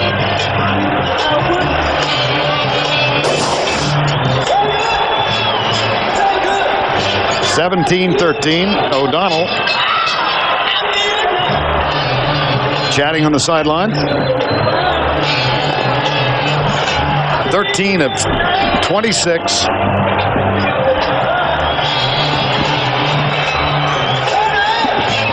O'Donnell comes back now. No timeouts left.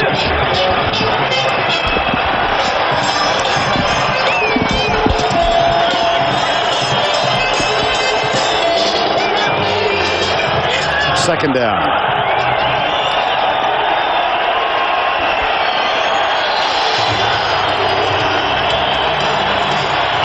Vern, I'm sure Jeff Fisher is thinking to himself, why have I not seen Frank Wycheck catching a lot of footballs? I believe he only has two now. He's got two this entire ball game. Obviously well below his average. Don Capers and this Jacksonville defense have taken away an awfully big part of the Tennessee offense and taking away Wycheck. Wycheck is in the backfield. He's at the 50. Here's O'Donnell. He's going to take a shot deep in the middle into triple coverage. Well, Donovan Darius, big hit, perfectly timed. That's exactly the way you want your strong safety to play the pass. This is just perfect. Look at the timing from number 20, Donovan Darius. Exactly there the moment the football arrives. Michael Roan is the backup tight end. Has no chance whatsoever to hold on to that football after a hit like that. Coming into this ball game, Jacksonville had given up only 3 of 23 third down conversions. Today, Tennessee is 2 of 11. Into the flat it goes, Eddie George. He's got another third down conversion. And they lost track of Eddie George. Pass complete to Eddie George. Defensively just floating out of the backfield. Jacksonville loses track of Eddie George. Kevin Hardy's the linebacker to that side. Here's Eddie George Here's Eddie George just going to float right on out here into the backfield. And take a look at this. 2 guys from Jacksonville to the inside. Kevin Hardy, they just completely lost track of him as a receiver. George split left. Here comes the blitz. They find Dyson, Kevin Dyson. Pass complete to Kevin Dyson. Gain of 6. Gain of 6, second down. 17-13, 4:35 to go. Jeff Fisher's team won the last time these 2 clubs met here. Late season last year. Then it was a 16-13 victory. Remember what he told Jim Nance this morning. This is our chance to dance with the prom queen. Blitz again. O'Donnell across the middle. Wycheck a little bit behind him. Just a little. Pass is incomplete. Wycheck incomplete. Kevin Hardy on the coverage. Hardy covering Wycheck. Yeah, Wycheck has no chance at making a reception there.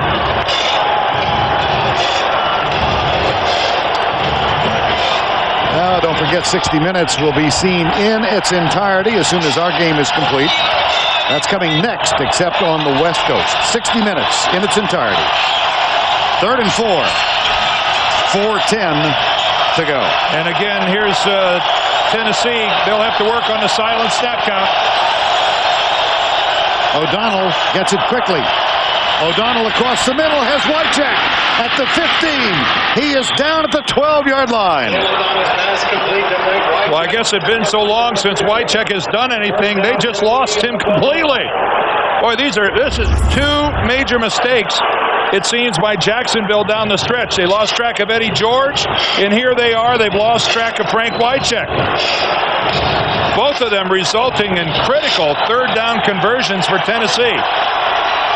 A flare out of the backfield to George, and just a little hook right there by Wycheck all alone. On first down, O'Donnell gets it. Deep in the end zone, man, open, touchdown!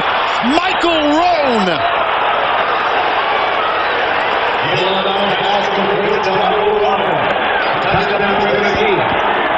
Michael Roan's second catch of the season.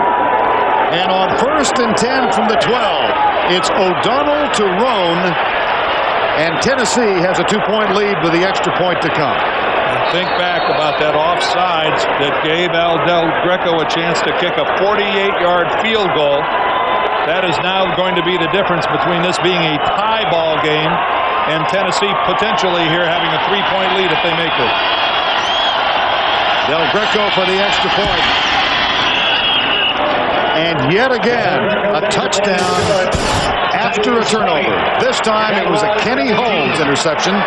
As Michael Roan, who's the third tight end on this team, pressed into duty because Jackie Harris, remember, he got banged up, pulled a hamstring earlier in this game. And the former Badger wide open in the end zone. Lonnie Martz trying to stay with him on the coverage. But keep in mind, Lonnie Martz, number 56, the middle linebacker, was an outside linebacker last week. He's trying to handle the middle of the field, something that's new for him. And old Jeff, consulting his chart, says we'll go for one. Michael Roan, a 4th-round draft pick from Wisconsin in 1995.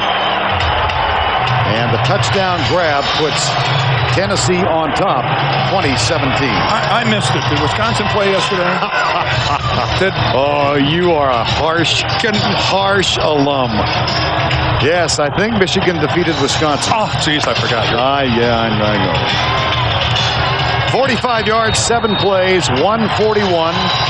And here's the kick from Hentrick. Taken at the 9 by Tavian Banks. And he's knocked down as he gets to the 30-yard line. Tackle made by Donald Mitchell. Coming up on CBS, we'll begin with 60 Minutes. Again, that will be seen in its entirety as soon as our game is complete. That's followed by the season premiere of Touched by an Angel and the CBS Sunday movie, A Song from the Heart. All of that tonight on CBS. 14 points off 2 Titan turnovers. 14 points from 3 Jaguar turnovers. Well, it's really no surprise that we would have turnovers in weather conditions like this. Now the story, 3 minutes and 17 seconds and 2 timeouts. Tons of time for Jacksonville. On first down, Brunell finds his man coming out of the backfield. Kyle Brady picks up 5, 6, 7, 8, 9 before the former New York Jet is down. There's where it's an asset to weigh almost 280 pounds. A lot of the guys in the secondary bounce off of you. That's a nice effort by Brady. Turns a 5-yard play into a 9-yard play. Second down and 1 from the 40. I mean, he is peppered by 4 different members of the Tennessee Titans and bounces off all of them and picks up another 4. Brunell changes the line. Wade snaps it back. Right side. Tackle made and missed. And here comes Jimmy Smith.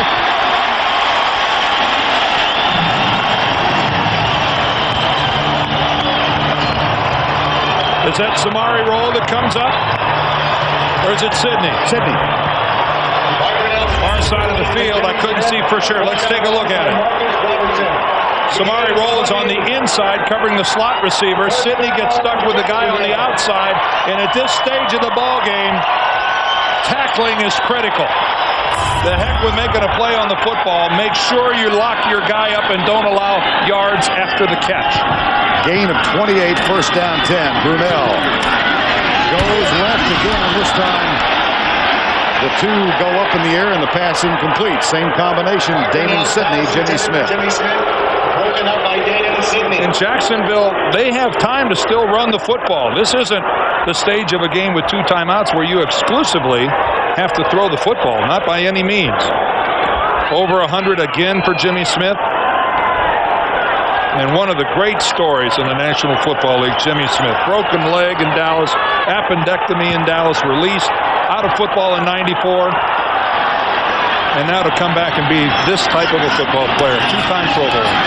Here's Brunell into the middle of things, and the catch is made by Stewart. But there's Joe Bowden immediately. That was a less than attractive middle screen. Third and 11. And in the rain, the Titans cling to a 3-point lead. See if Jacksonville can run one more play before the 2-minute warning. They do. Here's Brunell. 23. I think that's a first down. See where they spot it.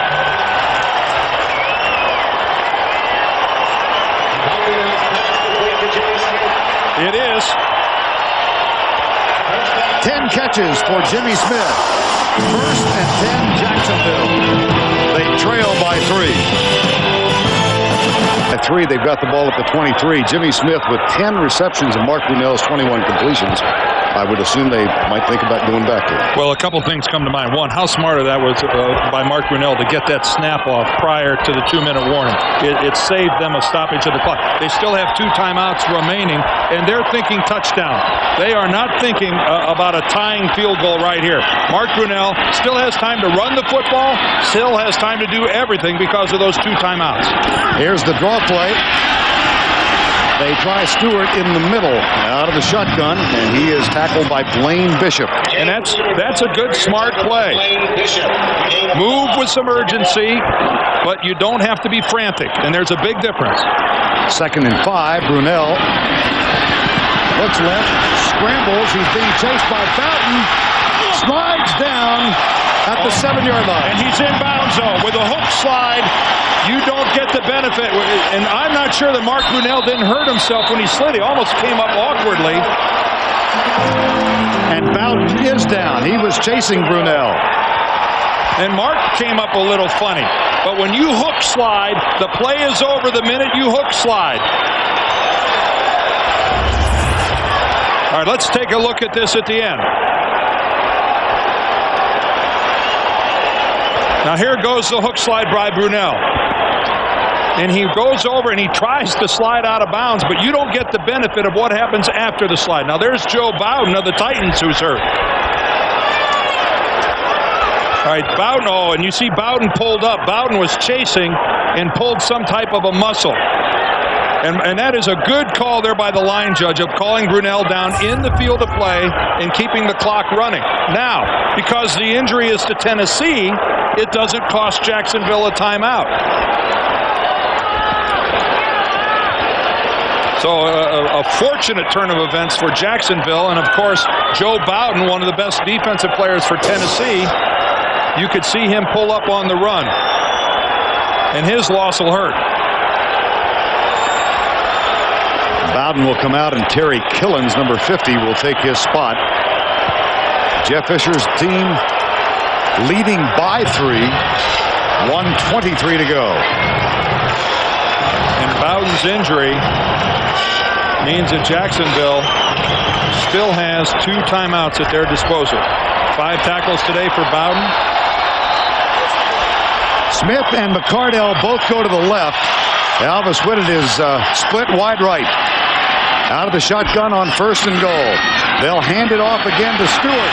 And he is knocked down at the 6-yard line. Javon Curse and Blaine Bishop. Now, when this play first opens up, it looks like it's going to be there. But Javon Curse from the middle of the field, boy, does he show some athletic ability. And now we've got another Titan player on the field. Jason Fisk, a defensive tackle. All right, Javon Curse is number 90. He's going to be on the middle in here. He's to the inside. See him right there, blocked. He spins back to the outside and puts the major hit on Stewart. Vern, it's hard to teach that kind of play. It's hard to teach a guy to instinctively loop back, spin to the outside. You know, the crowd is booing Jason Fisk. I don't understand why. It's a 5th timeout. Tennessee. Injury inside the 2-minute warning with no timeouts remaining. And as a result, the Titans are penalized half the distance. And why the Jacksonville crowd is booing, I have no idea. A very fortunate turn of events for the Jaguars, who still have 2 timeouts left. So half the distance marked off against Tennessee because of the injury timeout with no timeouts left inside the 2-minute warning. And you notice Ron Winter said the 5th timeout. Right. You get the 4th with an injury, but you can't keep going after that. Very critical and good use of the field, Mike, of him saying it was the 5th timeout. I think the crowd reacting to Jason Fisk staying down, thinking perhaps he was feigning injury. That I do not believe the case. He's limped off. Jacksonville has 2 timeouts left, 1:08 on the clock. Fisk on the bench. I'm sure sitting there going, excuse me for hurting myself. Right. But it's there so no one takes advantage of it. 2nd and goal at the 3. Smith, split left. This is McCardell in motion. Fake the handoff. Brunell rolls out being chased. And has to let it go. 3rd down. Henry Ford was applying the pressure. And Henry Ford, in many respects, by doing something as simple as honoring his responsibility, which was to get upfield and make sure nothing gets outside of me. Doesn't sound like a lot, but he blew that play for Jacksonville by just doing his job. And a reminder, 60 minutes coming up when this game is concluded in its entirety. 3rd and goal. Here's Brunell. Quick setup. Goes into the corner. Is that intercepted? Yes, it is. Intercepted by Samari Roll. Intercepted by number 21, Samari Roll. Where was Mark Brunell going with this throw? He does not see that Samari Roll is coming off the receiver up by the goal line and drops back. What a play. What a play by a second-year corner. Samari Roll right there in the slot. Look at him working from the back. Geez, that is what an instinctive play. And I think Mark Brunell, they're trying to force it in, make something happen. Ends up going right into double coverage by Tennessee.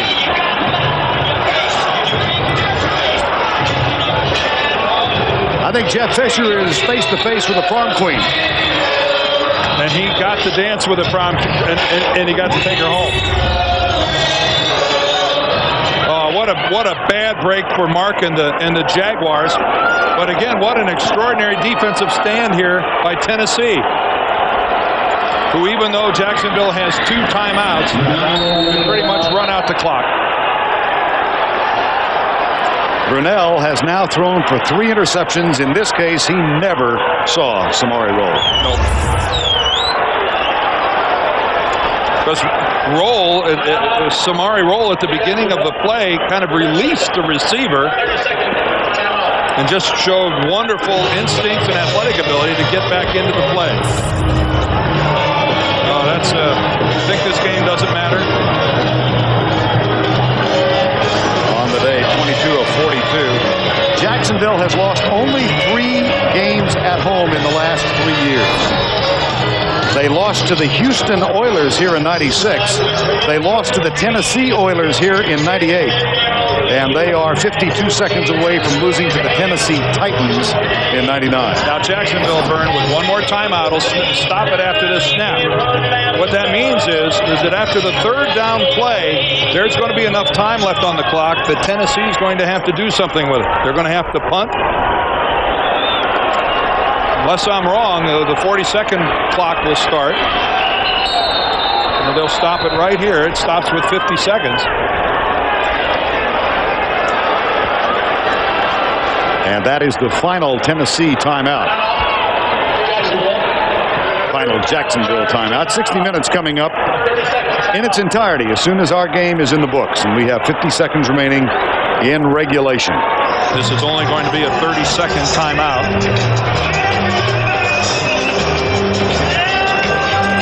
Well, the Jacksonville Jaguars, regarded by many as the Super Bowl favorites, and that feeling only enhanced after week 1 when they thumped San Francisco 41-3, and Testaverde went down in New York, and the Broncos suffered at home against Miami. And here they are. They're going to be, it would appear, 2-1. And Jeff Fisher and the Tennessee Titans as a franchise will go to 3-0 for the first time since 1991.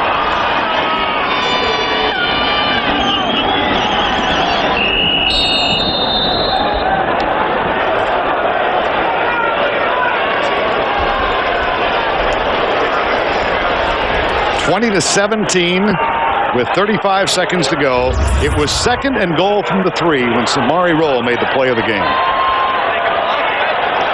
Now the play clock and the game clock are about 8 seconds apart. So Tennessee is going to have to punt the football.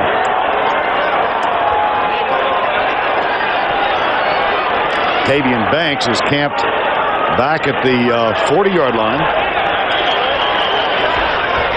8 seconds to go. And this is a delay of game penalty that will be enforced. Delay game. Offense.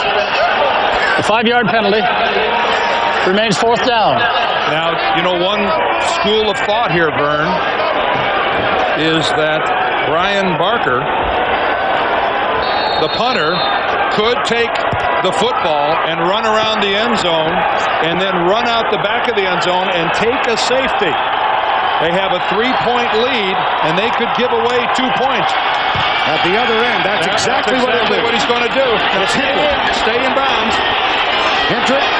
Hey, I said Barker, I got the wrong team, but that's a smart play.